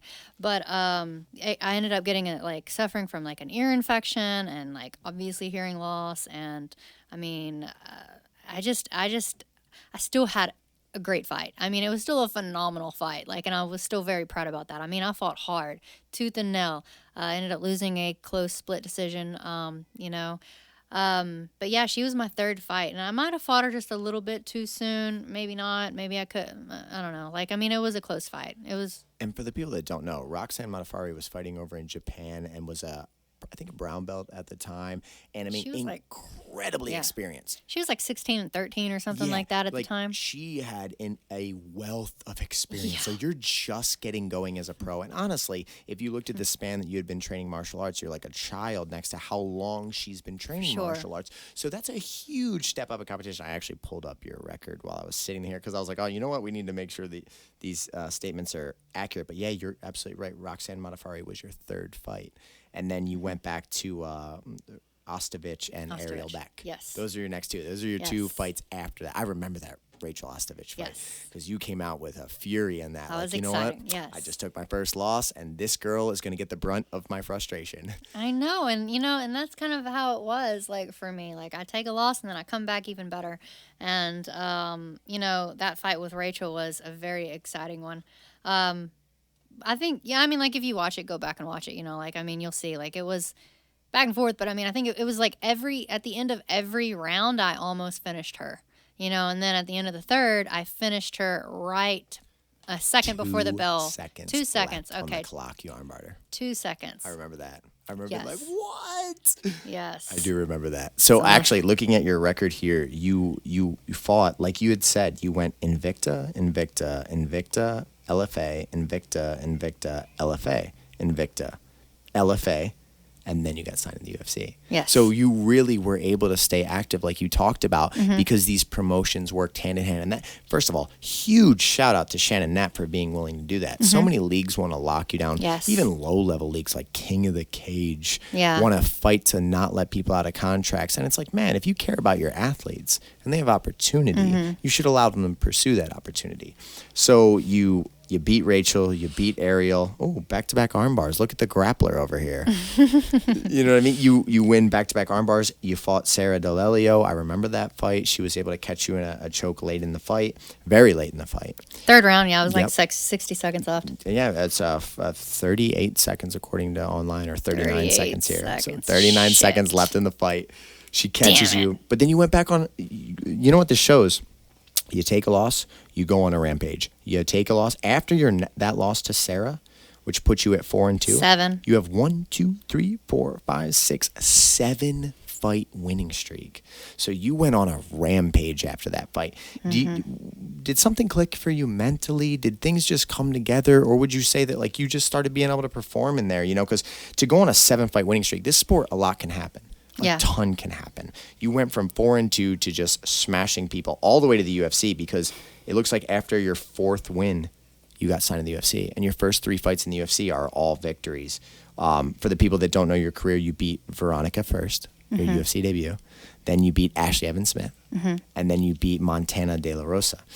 So let's, without fast-forwarding too much over your story, do you notice anything that kind of clicked for you that was able to make you perform really well out there? And then I want to talk about the moment that you accepted that call. Did it come directly from Mick? Let's just talk about, because the UFC is the pinnacle. UFC is like, you have made a dream come true. And obviously you have to reset goals. It can't just be like, I want to get to the UFC, or like you might not do shit when you get there.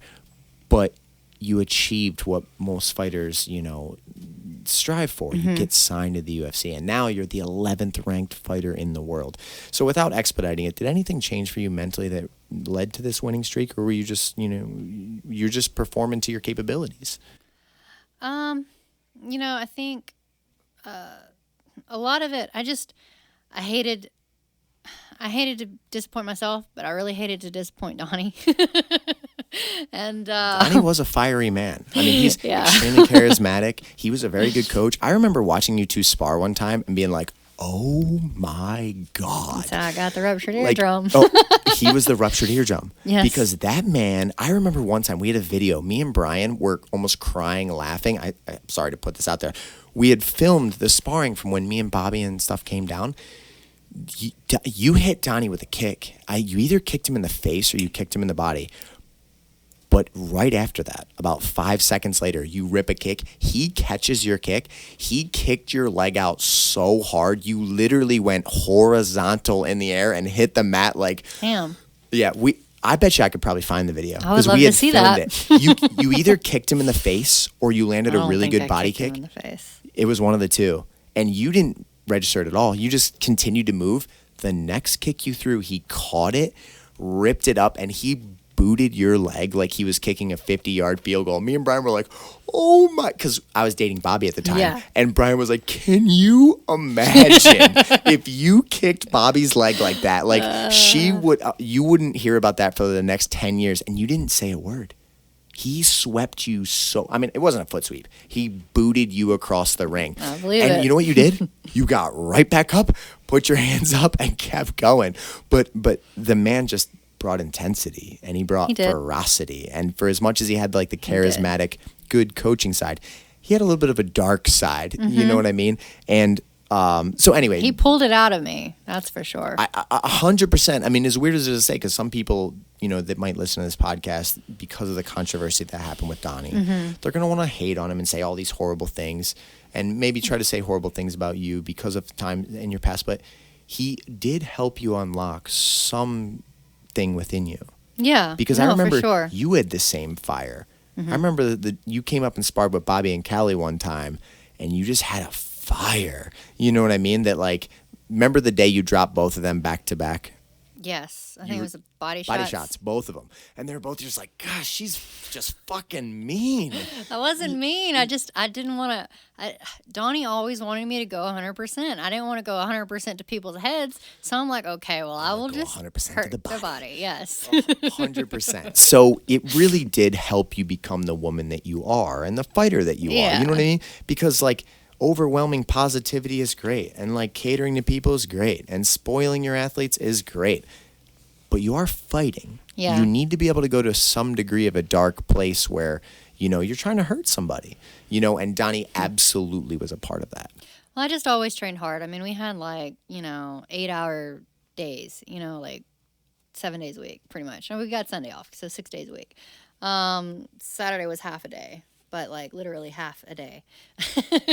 I remember I brought Bobby down there, and you told us that. You had told me that directly. Like, yeah, well, I kind of live at the gym. I have to coach these classes. I do this. I clean this. I do that.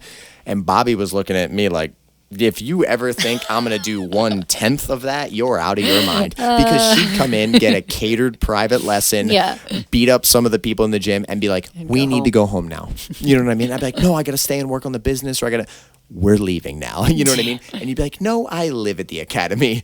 Well, that's what I wanted. I wanted the catered.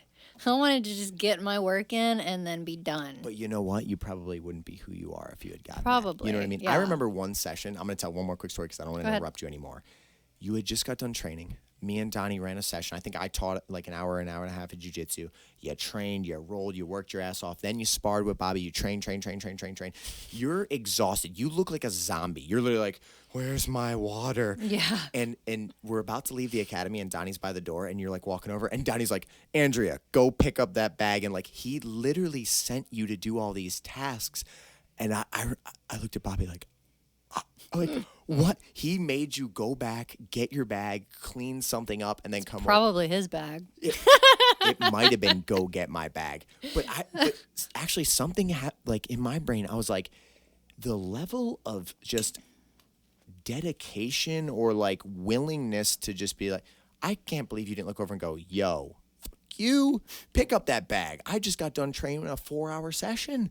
You know what I mean? But like, you did accept that level of work ethic. You didn't really question it. A single time I was down there, I saw you maybe give a dirty look a time or two. You might be like, oh my God, I gotta do this.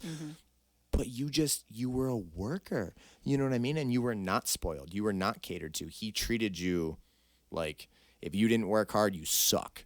Yeah. You know what I mean? It really was the environment that I witnessed, but it probably led to the woman that sits here today, number 11 in the world. Yes, certainly. And, Tony, he had, there was pros and cons and stuff, but I just, like, we were already together for, quite a few years, so I had already kind of like, if I argue, it's just going to make it worse. So just do it and then be done, and then you get to go home, you know what I mean? So, like, and that's just what I did. Because there were times when he would have me sparring like a fresh person, like for 9 rounds, guys, because I didn't have girls. And so he's always wanting me to go 100%. Knock him out, even if I can't knock him out, like he's wanting me to try, at least put him on, rock him. I know the exact expression. And I literally thought to myself, there's wine there. Okay, we've had a couple drinks here. Is she going to say this on the podcast? Nope. That right there, okay, is good self-control. Sorry. But that's what all fighters called it, didn't we? Yes. That is what it was known as. Yes. Okay. So I don't know why it was called that. Sorry, not politically correct. Anyways, so yeah, put him on Funny Street. And and I couldn't, sometimes I would, but then he'd want me to like finish him, and I couldn't. And I'm like 9 rounds in, I'm like, oh, Donnie, please let it be over. I'm done. One more round. James is that way now. I might be. He is that way. It is. I'll be honest. It's true. You really have to take someone to a place they don't want to go for them to find their potential. Yes. You have to. It's the area. It's a dark area, but it's a growing area. It's you do find a lot of growth in that. 100%. So let's talk about the UFC call. Like, I'm sure you had probably had the UFC kind of poke out at you a little bit. In my opinion, they probably were. Like, you probably kind of knew that you were on their radar. Because you were doing extremely well. You were winning in Invicta. You had a lot of credentials. You had a strong following. Like, you knew the UFC was coming. But how did that UFC call? Like, how did you actually find out that, like, oh my God, I'm going to make my UFC debut?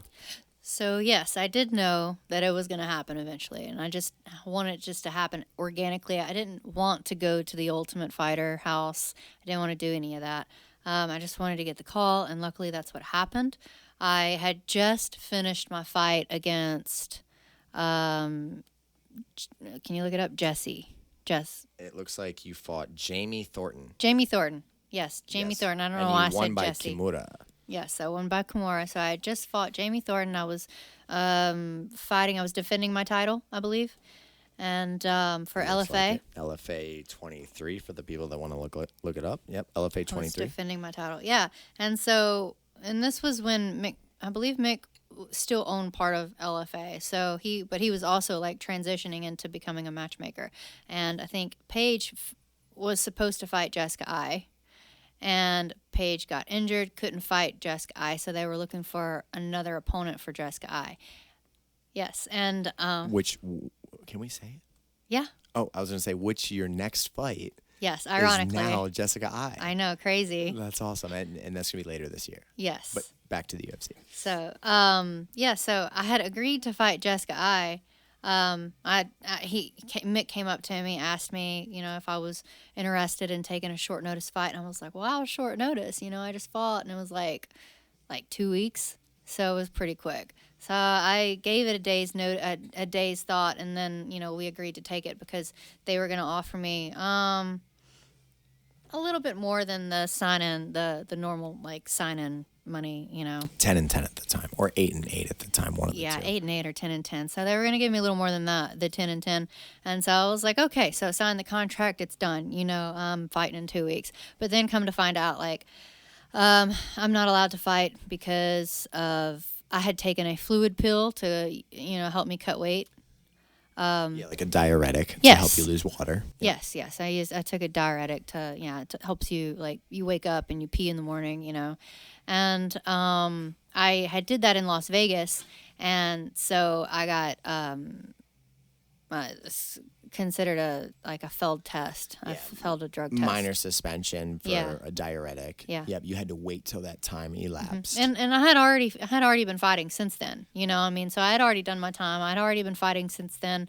Clearly, I had just come off of a fight. But then to be able to like enter into the UFC, I had to undergo the USADA testing pool for 6 months. So I was not able to fight Jessica at that time. So it just put me off for another 6 months. But I signed that contract, and I got to keep that contract. So I was in the UFC At a better pay rate.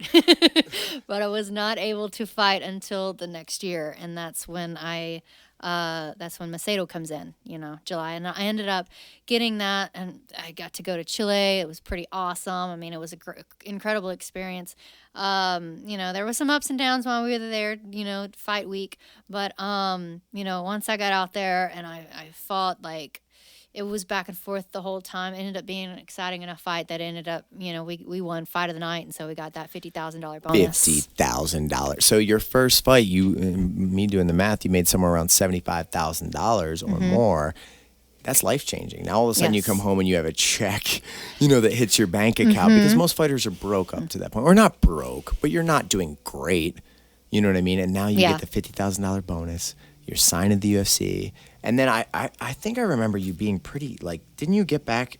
Oh, no, it was about 7 months later you fought Ashley Evans Smith. Yes. It felt like it was kind of quick. I thought you had fought back in like 4 or 5 months, but. Well, it's because, okay, so I fought Macedo, then August, Donnie and I separate, and then I agreed to a fight against Jessie Jess. That's why I said Jessie. So, yeah, because her name was in my mind. So, Jessie Jess. But then so I immediately, like, went into a fight camp after our separation. So, you know, to keep distracted from everything. And then when we get to my fight, like, the day of weigh-ins, you know, I'm already weighed in on the, like, not the official scale, but the scale that, like, allows you. You know what I mean? So they already knew I was on weight. And then, you know, Sean Shelby comes up to me and tells me the bad news and says that Jesse, you know, was taken to the hospital, couldn't fight. So I'm like, I break down crying because this is right before Christmas. And I'm like, I need money. Yeah, I remember that. Because I remember you had a quick turnaround, but something happened. Got it. I need money.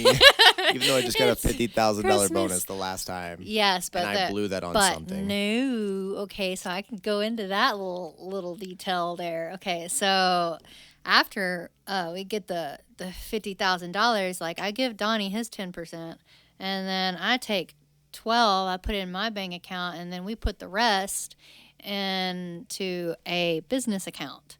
And this business account is supposed to be, it's Andrea KGB Lee LLC. So I'm telling y'all some nitty gritty stuff. So Donnie's like, well, you know, I'm the manager, I'm your agent, you know, like I'm like, I run everything. So, you know, you're not business savvy. So I'm going to be the owner of this account, but you're going to be the co-owner of this account. And you agreed to this? Man, Andrea. I couldn't argue, okay? I mean, like, I was really being pressured. I saw the dynamic of the relationship. Yes, I could not argue no matter what. So it was like, and then, you know, and his mom was going to be like a third party where if we couldn't agree on something, she was going to be like, yes, I know. You let his mother. No, I was like, I don't think that. I was like, because I already had that in my head. I'm like, okay, you're always going to side with your son. I mean, like, if you're the tiebreaker, you're always going to side with him. So I was like, I don't think that sounds right. So anyways, we get to the bank, you know, I've already looked at everything. I mean, yeah, it said him owner, me co-owner. Like, I've already looked at everything. So, I'm still hesitant, you know, about all of this, but I want to make sure that everything's right. I'm trying to ask all the right questions. I'm not business savvy. He knew that, you know, and I'm not. And he was counting on the dynamic of your relationship for you to just kind of like be submissive a little bit and kind of be like, all right, like, he's not going to do anything with it, right? Like, he's not going to screw me over, right? Because now looking back, you're like, why in the hell would I do that? Why would I put that in my personal account? It's my money. It's my bonus. I paid my 10%. Why in the world would I do anything else? I know. Well, because, I mean, he did have ideas, you know, and he wasn't completely wrong. He wanted to save the money, you know, put it in a business account and save it. But at the same time, he was kind of already, like, spending it in his head. Where did that money go to? I can get to that. I'm kind of nervous about getting to that. But, okay, so he we agreed that I was not allowed, or that we were not allowed to touch the money without both signatures. Okay. So when we separated, I had no money. All my money, like I'd already been No, spent. time out. That is your money. It is my money, but I mean, I had no money that I could get to. You know what I'm saying? Yeah, but it should have been like when you separated, like, hey, we're no longer a pair here. That was my fight bonus. That's my money. You need to transfer that to an account that is Andrea Lee's, and it's mine. That's not how it went down. Looking back, maybe that's the correct answer. But like, that's the way it should have went down, but that's not how it went down. So I had to get kind of, man.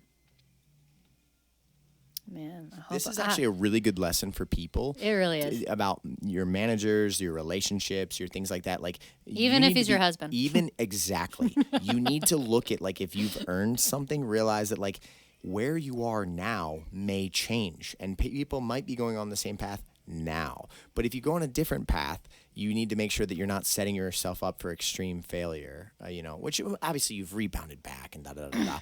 But it's like, I was expecting you to be like, oh, that 50 G's, I put it in this, or I bought this, or I did that. And as soon as you went, I put it in a joint account where I'm like, oh, no. Yeah. So, I mean, it gets kind of funny, but then at the same time, it's like, ugh. So there's $33,000 sitting No, there in this was account. Because you took 12 there, and you gave him 5. There was 50 because you got to also think Reebok. Oh, okay. So you literally put $50,000 in an account that you had to have a joint agreement on that was your money. Yes. Okay. Yes. Got it. So I'll put 50,000 in there, and like we're at the bank. I'm asking all these questions. I'm still a little hesitant, but I end up signing everything. I'm just like, okay, got like his mom's here, he's here, and they're like, oh, this is a great idea.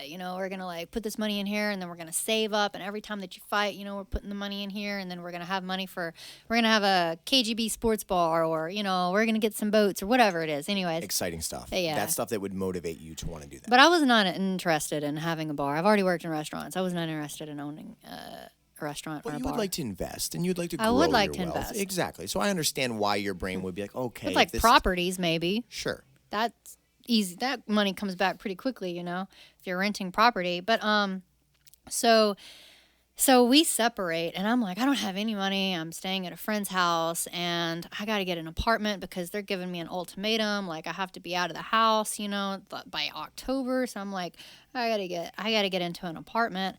And I had a friend who like looked over my the documents, and they were like, well, yeah, here it says like in order to write a check, you need 2 signatures. A check, that's paper, but electronically. I see the loophole here. So you were able to transfer the funds electronically. So I was able to, over time through PayPal, that's how I was able to live. And why didn't you just transfer all the money? Couldn't. Only would do like 2,000 at a time. And I didn't want to make it obvious. You should have made it obvious. You've separated. It's your money. But then anyway. Here's the kicker. And I don't know. So I go back and I'm like, okay, how do I dissolve this account? Like, can I dissolve it? Because it's just sitting here. I'm not, there's might still be a little bit of money in it, but I'm not paying the $40 a year to like maintain it, So, we're kind of like not on good gracious or, good, whatever. Anyway. Good graces. That's what I meant. That's what I tried to say. Wine. Anyway.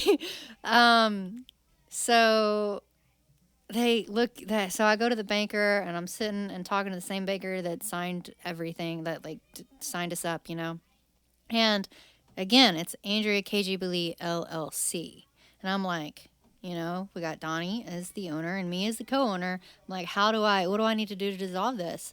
And she comes back with the paperwork, and she's like, you're not even an owner of this account. Wow. I'm like, are you kidding me? You're like, I am Andrea KGB. Look at my ID. I'm Andrea Lee. This is Andrea Lee. Like, I'm her. She is me. Yes. I'm like, what did I sign? She's like, I'm sorry. There's nothing that you can do, but you can just let sleeping dogs lie. So I'm like, okay. So you just continued to make transfers. No. I mean, this was like, I mean, this is way after I haven't been using the account. I mean, this is years, this was like recently I figured this out. Got it. So, I mean, like, this is a couple years, we separated in 2018. But you would say you were able to get almost all the money out over time. Yeah. I mean, I had nothing else to live off of. I mean, I did. That's why I was like, I needed that I needed to fight Jesse just because, like, I had used all that money, not all of it, but I mean, like, I was not able to get to it so easily, and I needed money to, like, for I think Christmas there's a lot of misconceptions where people think, like, when they see a UFC fighter on TV, they're like, oh, they must make millions of dollars and they're all set. Actually, you'll find out the story with most UFC fighters is, like, they're pretty broke until they end up, like, the top of the tier. You know what I mean? Like, until you're fighting for titles and your main event and your thing like that, you're pretty broke. Yeah. You know what I mean? So you had to do what you had to do to get by. But you went on a winning streak, so you start winning several fights in the UFC. I won a few, yes, and that helped out a lot. But then I think just like with all of the stuff that was going on in my life, so because I was still dealing with custody and court and all of that. To be honest with you, I can't believe that you kept winning after that period in life, because usually what I see happen is, like, when people are really struggling in their personal lives or when people's heads are a mess, I try to keep them out of competition as much as I can, because, like, for some reason, like, whatever demons you're battling in your mind, they come out in the fights. You know what I mean? It did start. It did. I mean, like, you could see it progressively in my performances. Like, Ashley Evans Smith was a good performance. I mean, obviously Macedo, I was still with Donnie. I was still training during that time. I mean, like, so there was Macedo. Then Ashley Evans Smith was still a good performance. And then Montana was not that wasn't the greatest performance. And then after Montana, they wanted me to fight Joanne Calderwood, and they were trying to, like, push me up in the rankings pretty quickly, and I didn't want to, but the renegotiating contract was much better than my original one, and they said that if I renegotiate now and fight Joanne Calderwood, then I will get that pay. But if I don't renegotiate now, then when I do renegotiate, I might not get that pay. Yeah. Well, and that's the UFC's tactic to keep you down. They want you to just sign and accept now. Before, as if you fight your contract out and you're on the free market and you won every single fight, now they got to pay you a lot more, because otherwise you could go to One or Bellator or something and say, hey, I'm undefeated in the UFC, I have this huge marketability, and now the UFC has to pay you a bunch more. It's just a tactic. But if I could go back, I probably wish, I don't know what I would do. Were you happy with your contract when you renegotiated it? Yeah. Yes. Oh, okay. Yes. Well, then, yes, I was. Then it's it not was a a bad good thing. contract. Yeah, it's a good contract. You renegotiate. It works out okay.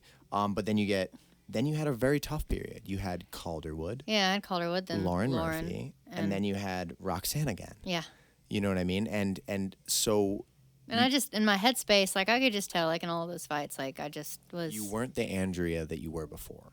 Yeah. It wasn't the same Andrea. Yeah. Or you were juggling a lot. I was juggling a lot. I was trying to figure out, like, where I belonged. Like, I'm trying to find all the right coaches and stuff that match my style. I'm trying to find good striking coaches that, like, compliment me and the way that I like to fight. And, all of this, is something that a fighter has to go through when they separate from,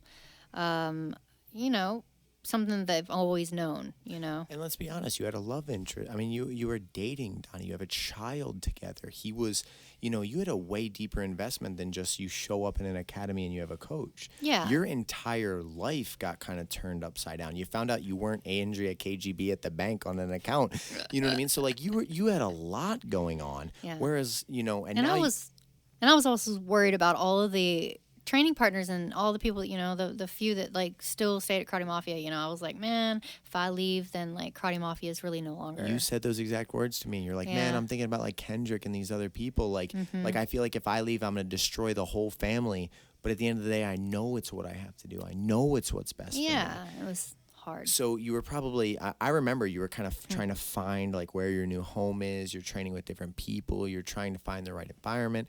So you took a couple losses and did you ever really lose hope during that point, or did you know that, like, okay, like, because you took 3 losses in a row, but then you're also coming off a win over Antonina in that arm bar or triangle triangle? Triangle armbar. Triangle, and then you finished with the armbar, though, right? You had the triangle, you didn't finish it, and then you finished the armbar, which is a huge victory. That's Valentina's sister. That's, and you're already building back up, and you're leading into this fight with Jessica Eye. But during that period of your life, you're trying to reestablish a relationship. You're trying to find the right team again. You're trying to like get back to the Andrea that's just like in a positive environment that can grow. What was that time like? Because now you're at your dream. You're in the UFC. You're at the top, but you're like struggling with so many of these other things that's probably reflecting in your performances. What was that time of your life like? It was difficult, because doubt is like a tiny seed that creeps in and it grows and it just kind of like, it's like a virus. It just takes over. So, I did start doubting myself and, I was just worried about, not having the right, like am I getting the right training? Am I making the right steps?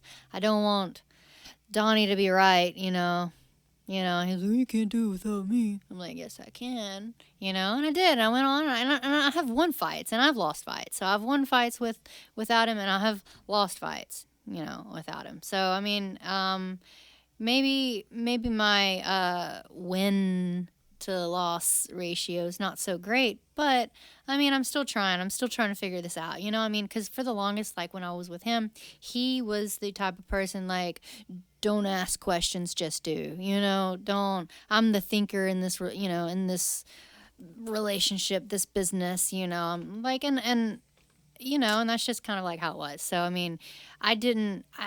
some of the questions that I asked would be about the sport, and I would want to know more, but, it wasn't like really anything that he like talked to me about. So after we separated, I had to figure everything out on my own, and I had to learn. And my manager, Dave, I love Dave, so I'm always asking him questions just because I'm curious, I'm like, oh, okay, this makes sense. That makes sense. It's like I'm learning the business side of everything. And, I knew I needed a manager. And I didn't want to get ripped off by all these other managers out there who promise you the world and then only take your fight purse and then never really give you they don't give you sponsorships or endorsement deals. They just, get you product sponsors, which is not what I'm here for. I need to make some money. So, I just, so I signed with Dave, and he only handles UFC stuff, and he only charges 5%, and I'm like, that's great. You know what I mean? That's spectacular considering like Iridium and many other companies. Iridium, I don't know if you know this, is 20%. I do know. So imagine paying 10% to your gym, some percent for you have to, there's training costs, right, that come in. Like some coaches charge privates, some don't. Some charge memberships, some don't. Then you have the gym fee, which is generally about 10%. 20% to your management, and then you have to pay taxes, you'd be left with 30%. They charge 20% plus if you win the fight bonus, they want 20% of your fight bonus.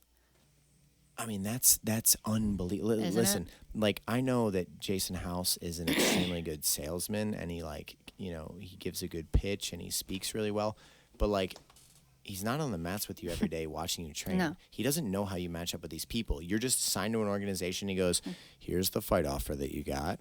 Do you want it or not? I think it's a good fight or a bad fight. You say, yeah, cool. He sends you the paperwork. You sign it. You send it back, and you pay 20% for that. I think people are out of their fucking mind when I see it. I think so too. But like he'll get them a couple articles written, which like it's like people that work for Iridium that'll slap together an article on a website. It's like, I could do that. Yeah, and it's not even that great of an article. You're not getting some like huge exposure. He's not like getting you in the a Fox News is writing an article. You're about on Andrea. Instagram. Like, you're on like and a lot of these young people I think are just a little bit naive to the business side, and if they just get hyped up, you know what I mean? They're like, oh, that sounds great. But you're looking at it like, I'm like, wait a second, that doesn't make sense. But you were also thrown into this world where like you had to learn it now for the first time, because before Donnie kind of just handled everything. Well, I knew that 20% was ridiculous. First off, and I knew that management companies were just out there just kind of like rip you off. Maybe not all of them, but management companies that offer everything, they're there just to rip you off. They're not necessarily like, they want your fight purse, like they're not Some of them, yeah, I've had some fighters who like have great experience with their management, but it's like few and far between. And typically they're like they give you product sponsors, but they're banking on they make money off of your fight purse, you know. And it's like a guaranteed pay for them. And here's a little inside note for some of you fighters. And I know that like these management companies that do try to take 20% of your fight bonus, that is yours. You earn that. Like, that's your performance. They had nothing to do with your performance. But what they will try to say, if you question them about why they're taking a part of your fight purse, is because, or fight bonus, is because they say, oh, well, we're really close with, like, you know, McMaynard and Sean Shelby and Dana White. So we text them after the fight immediately, and we put it in their ear, you know, like to like, you're the one, like get us that fight bonus, you know, and like that's what they say. So I reached out to McMaynard and I asked this question. I was like, so how true is that? And he said that managers have less than 0% of like chance of helping. It's about the fights. Like Mick said that it's Mick, Sean, and Dana who decide. It is not a manager who reaches out and sends text messages. They're not even paying attention to those text messages. He said they don't sway their minds in any way whatsoever. 100%. Like you said, these managers are not in the gym with you, putting in the extra hours, putting in the private lessons, putting in the work, trying to do everything they can to help you have that performance. They're people that sent you paperwork. Yeah. So why does that make any sense? I try to have these conversations with my young athletes, but they get taken away with the showmanship of like, we're going to do this and I'm going to be in Sean's ear and Mick's ear. And you're telling it as it is. You're like, no, stop it. Okay, like my performance was reflective of the work that I put in and I earned that. You know what I'm saying? 100%. Because a lot of these fighters don't realize too, if they're not intelligent business people, that this fight money is very short-lived. And if you don't learn to invest and maximize your earning potential while you're in there and market yourself and protect your money, and you know what I mean? Like, you're going to have a tough time after, unless you've built yourself into someone that like I see finally a lot of people are getting into movie offers now or commentating or television roles. Thank God.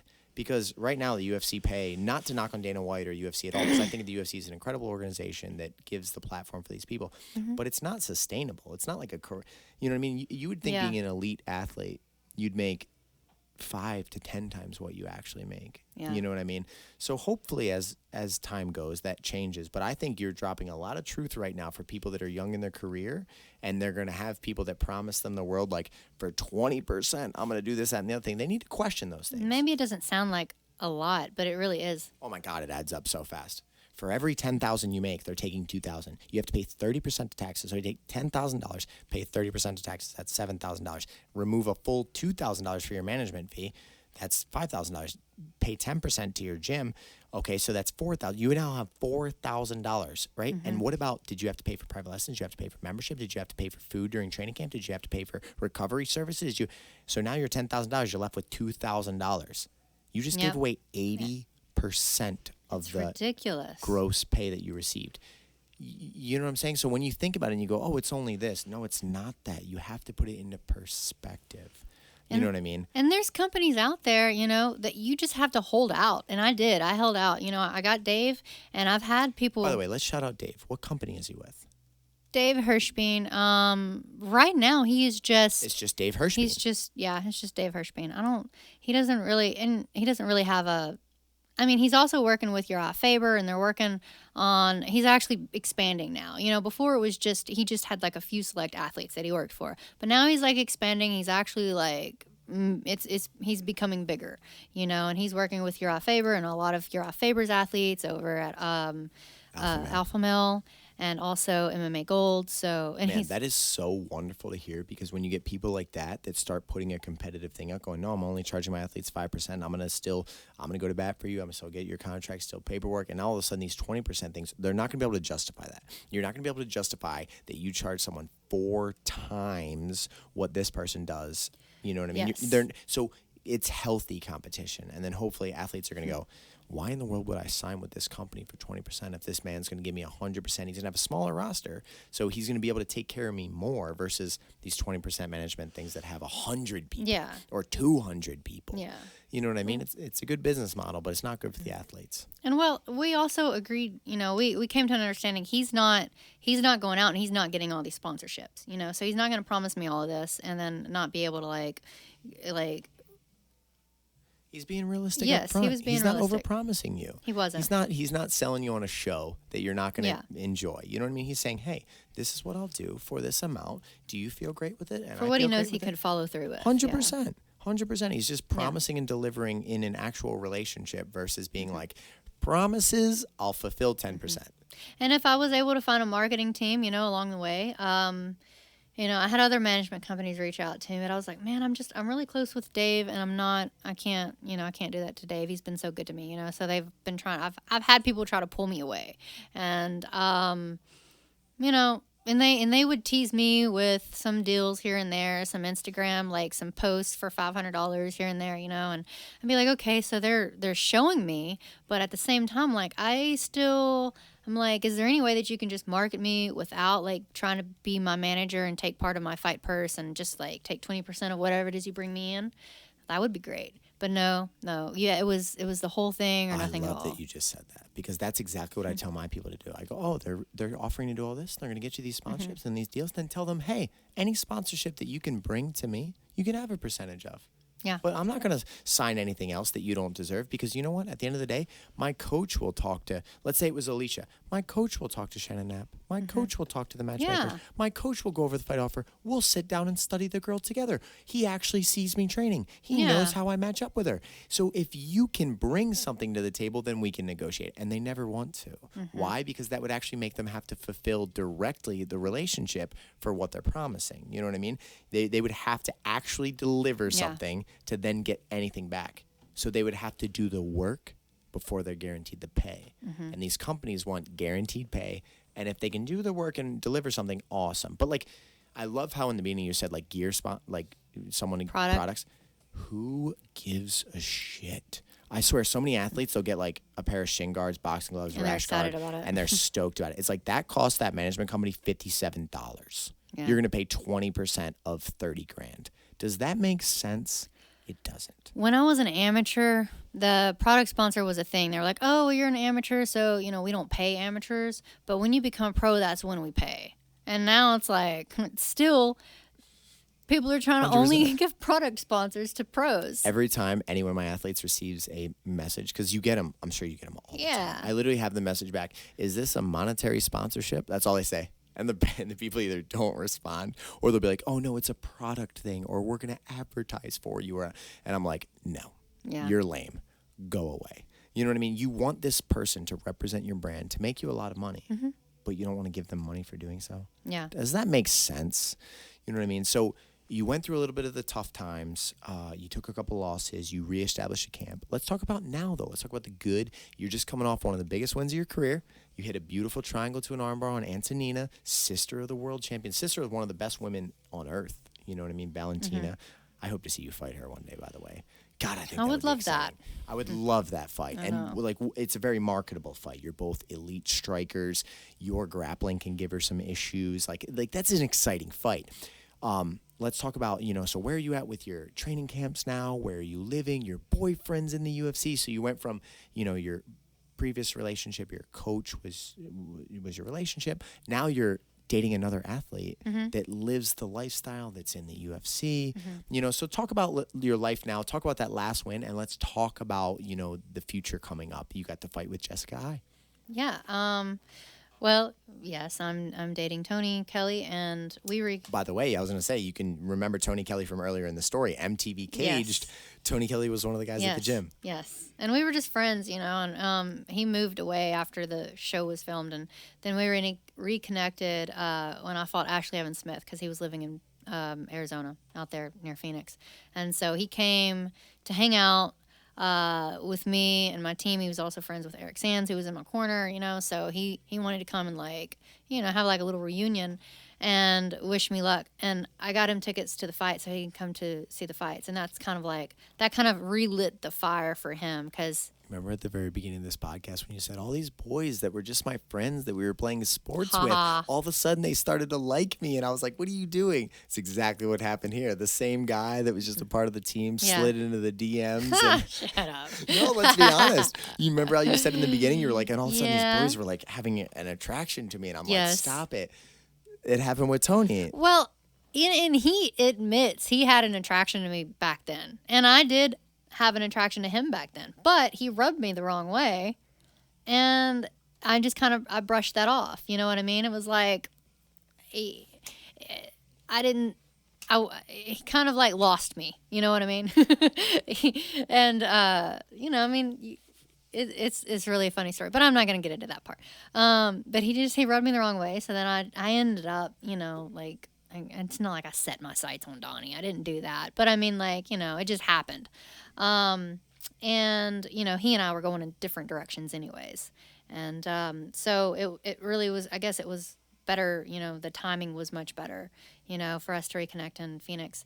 And so then he went to the fights, and then we hung out afterwards, and Eric, his wife, and we stayed an extra day to hang out with Tony just a little bit more, and then I flew back home, and then Tony ended up getting a fight in Shreveport, and he won that fight, but he was also injured in that fight, so he ended up staying around a little longer so he can, like, meet with the doctors. I let him stay with me some, and he stayed with his parents some, and then we just kind of, you know, started dating, but like I was like very reluctant to say that we were dating. It was super casual.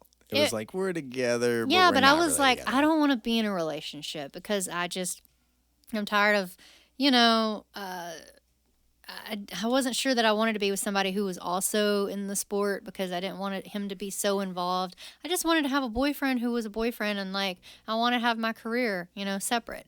And that's kind of like the way I was looking at things. So for a little while, things were complicated because he was back into fighting, and he had his eyes set on getting into the UFC, you know. So I was like, I don't want to train with you, I don't want you to coach me, I don't want you to be in my corner, you know. I'm like trying to like separate everything completely from him, and he's like, I'm a fighter too, you know, this is my dream. He's like, and if we're gonna, he's like, I've never been in a relationship with somebody who's got the same dream and goals as me, you know. So for him it was exciting and new. For me it was, I've already been there and done that. I didn't want to do it again.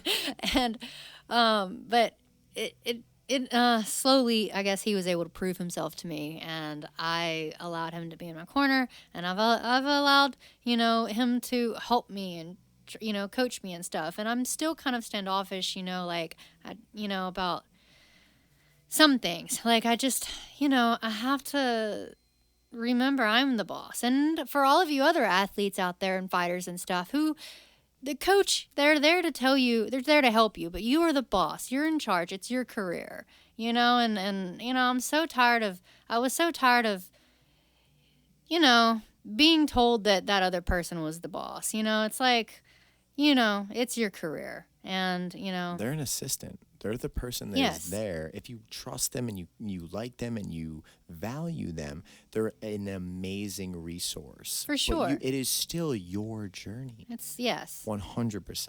You know, and it's taken me a little while to figure that out. But I mean, like, I still have to remember, you know, I am the one in charge. And who I put in my corner, you know, I'm in charge of that.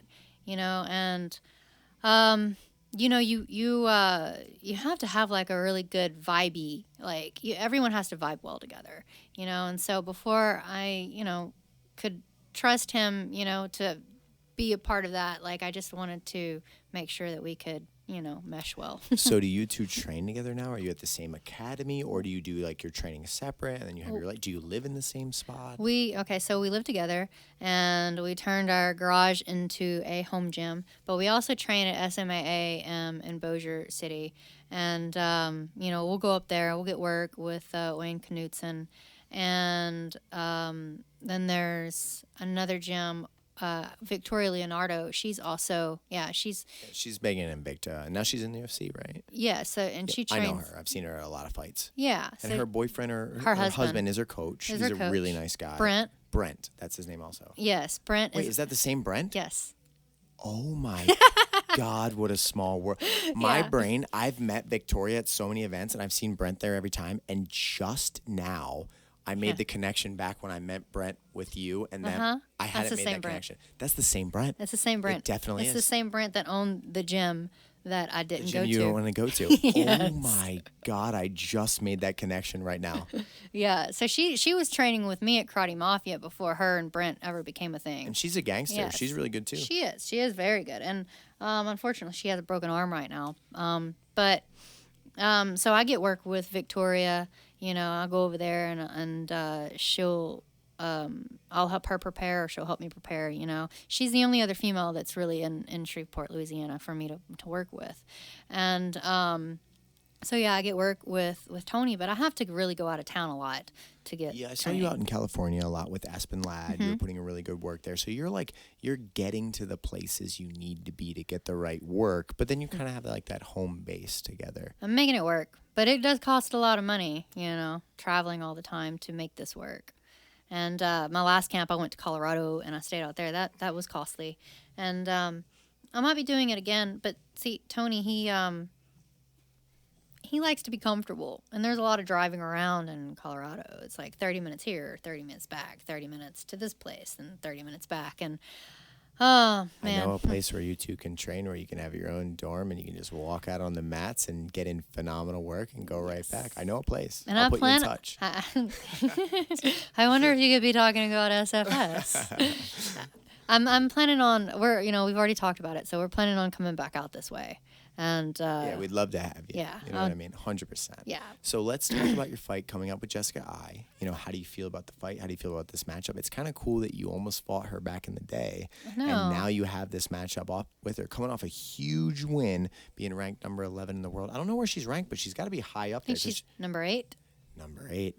So this will move you into the top 10. This will move you closer to a title shot. This will move you, Yes. Let's talk about this upcoming fight. When you got the offer, were you excited? And then how do you feel you match up with Jessica?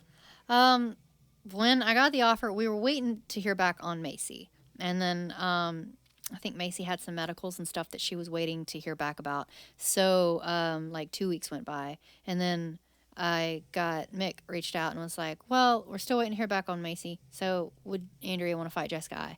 And I was like, oh, okay. I was like, well, let me talk to my corners and everybody, and let's get their opinions about everything. Let me talk to Tony and Justin and Jim, and I'll get back to you. And then it was like almost immediately, like after that, I guess maybe they told Macy that they were giving me another option, and she, or maybe not, I don't know, but she ended up taking the fight. And so I was like, well, hold up. I'm like, y'all gave me an option now, so let me weigh the options. Let me decide. So I'm gonna talk to my corners and see. Macy's not ranked, right? Or is she ranked? 13, okay. I think. So it's like, do I fight the number 8 or do I fight the number 13? Yeah. Yeah, 100%. There's a lot to weigh in that decision. There is. And plus stylistically and yada. Well, and both fights were equally going to be tough. You know what I mean? Because everybody in the top 15 are tough matchups. I just knew that. This is an opportunity for me to kind of like make my way back into the top 10. And, I feel like that made more sense. I feel like you have more to gain fighting Jessica I. You're number 8 ranked girl, and it's a girl you almost matched up with before. I think it's worth the risk reward. Yeah. You know what I mean? Versus you lose to a 13. It's not that I'm saying you would lose, Yeah, but it's like, no, does I it get that. really That's what make I was sense? thinking too. Yeah, For sure. I was thinking along those lines too. So it's like 100%. think of like win loss. What makes more sense? So you booked that fight. You got that coming up. Let's talk about big picture goals. The champion of your division is one of the most dominant champions in the history of female mixed martial arts, Valentina Shevchenko. She is a beast, but she's a striker, and she's very good ground too. I don't want to disrespect her in any way. She's good everywhere. The girl, you know what's shocking about her? She barely moves. Yeah. I love the fact that she is able to pick people apart. She doesn't move. I know. She doesn't do any of the things that, like, if you and I were running the class, we'd be like, yo, you've got to work on your footwork. Yeah. You've got to move. You got to get your head movement going. You've got to feint. The girl has just got such lightning fast reflexes, and she's been doing this sport her entire life, and she's just one of the best strikers on earth. You know what I mean? Like, just talk kind of about your future goals with MMA, and then before we wrap up the podcast, who is Andrea after MMA? What are you going to do? Like, what are your goals? What do you think your life is going to look like? You know, are you looking forward to like settling down and you know, focusing on family? Do you think you'll have any more kids? So let's talk about kind of like, you know, where you're at, and then what do you see for yourself after mixed martial arts? Okay, so where I'm at, like right now, well, we all know that I have my fight with Jessica I coming up. So I'm preparing for that. And, like, as far as. Yeah, just what are your goals? You want to be world champion? Do you Oh, wanna yeah, of course. Yeah, I'm sorry. Like, you know what I mean? Just like, what do you see coming for you down that MMA thing? And then, like, after that transition, like, you know, do you even think about what you're going to do after MMA yet? Or are you just dialed in on the, like, hey, first, I'm going to go as far as I can with MMA. And then, like, when this is done, I'll decide what's next for me. I still want to go as far as I can with MMA. I mean, I'm really like, I enjoy. I mean, like, even though I don't get to fight as often, and I think that I've kind of gotten used to that, unfortunately. But I want to continue to fight as long as I can, you know, because I can't see myself doing anything else, you know, right now. You know, I can't imagine myself retiring at this moment, and It's what you love. yeah, I don't. I know I need to think about what it is that I'm going to do afterwards, but I do think about it. But it's like right now I'm thinking about training and fighting, you know, and that's what I love, and that's what I want to continue to do. But afterwards, you know, hoping that I get a chance to fight for the world title and win the world title, that would be incredible. Afterwards, I would like to be able to teach. I would like to have a gym. I would like to teach. I would like to be able to travel and do seminars. You know, I would like to have my own like clothing apparel, or you know, just I'm hoping to brand myself well enough by that point, you know, to be able to make money off of my name. So you're starting to have the dreams in that area. You're starting to think about, maybe I have my own gym, and Andrea Lee's legacy passes on to the future generation. Yeah. And like I said, like that young girl Sierra, she's been downplaying it, but you can't even imagine like how stoked she was to meet you, train with you. Like, she turned 18 today. It's her birthday. Oh, And to yes. her, you're a superhero. You're a modern day, you know, like gladiator and superhero, that she's looking at you and going like, can I be a woman like that? Can I do something like that? So like, you could affect so many people's lives and inspire them to follow the same, you know what I mean? And really pass that along. But then, like you said, as long as you build your brand correctly, it opens so many doors, so many beyond just combat. Like, yeah, a gym is like an obvious, you know what I mean? But a clothing line or something else where people are like, if her name's attached to it, then I'm going to be a part of it. That's super exciting stuff. And luckily, like, I just signed with, we were talking about management companies earlier. I just signed with Dulcedo Management, and they strictly marketing. You know, they're not taking anything from a fight purse. They're only going to make money off of sponsorships that they bring in, and that's kind of what I've been waiting for. You know, I was like, we need to tell that to more people. You need to find management deals that literally only get paid when they produce. yeah, and they're out there. They're out there. Like this company, this guy, Chris Lambers, he reached out to me. I was promoting my last fight, and I was asking for sponsorships and stuff, and he reached out to me because of that, and was like, don't you have somebody doing that for you? And like, I explained the situation, and I was like, I've just been waiting on a team, you know, that would, you know, be willing to just market me and just take money based off of the income that they bring in. So yeah, he said that, you know, they don't take anything from the fight purse. It's strictly like sponsorship endorsement based. So I mean, they want you to make money, but they're very selective too, because they want to make sure that the person that they're repping is going to be able to, you know, they're going to be able to build a brand for. They're going to be able to bring money in through, because they know it's tough. It's a lot tougher than just like signing up a fighter and then taking like 20% of their fight purse.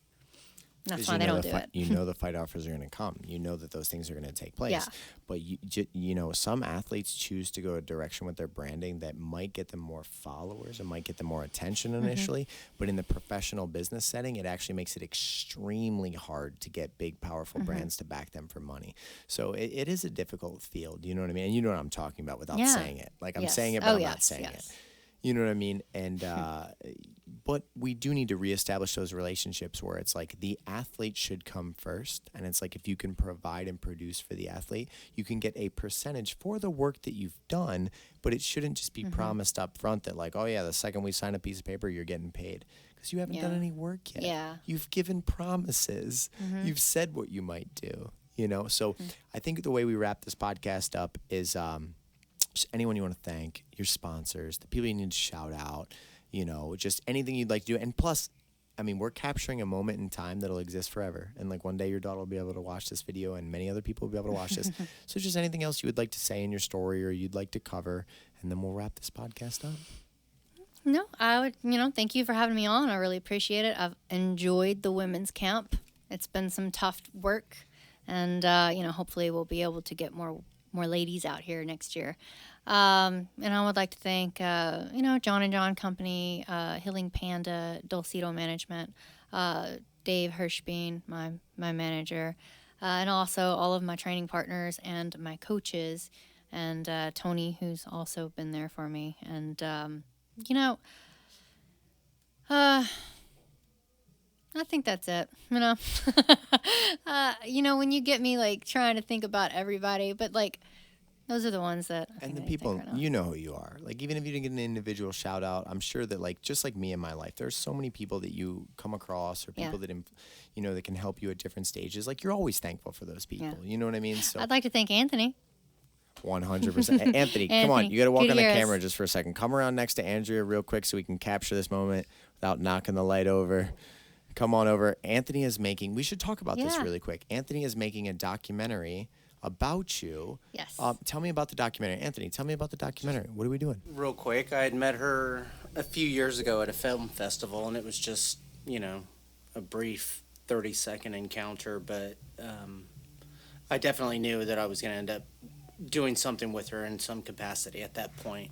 And it wasn't until just about a year ago that I found out I was asked to direct and DP an independent horror feature film, and found out that she was one of the featured actors on the show. And I kept thinking, I know her from somewhere. I've met her before. And then it dawned on me it was at a film festival. So that was, and I mean, it was an instant spark. It was like we didn't stop talking all day on set, I don't think. And she's just an interesting person. She's going to go places. She's going to do things. No matter what she puts her hands on, it's going to turn to gold at some point. So it's like, I just wanted to be there to, and then we started talking, and I just thought that was the most natural thing, was to document your rise up to a title fight. That's awesome. So is the documentary based on the idea of like you're kind of filming her climb, and then that way she gets the world title, you have like that substance that built her up to that point? Yeah, and it started on a horror film. Oh man. It started from a horror film. From the ground up. I love it. And that's super exciting. It's been a pleasure having both of you out. You know what I mean? It's going to be awesome. He captured some stellar footage while you were here. You know what I mean? So truly a pleasure having you on the podcast. We spoke for 2.5 hours. Yeah. That is a full-length feature film. Yeah, I don't think you're going to be able to put all this out there. I'm putting all of it. What are you talking about? This is going unedited. I'm uploading this entire file to YouTube, and this will be a moment in time we've captured forever. You know what I mean? And I really like that stuff. So, Andrea, thank you for being on the podcast today. Thank you, James. And we'll wrap this thing up.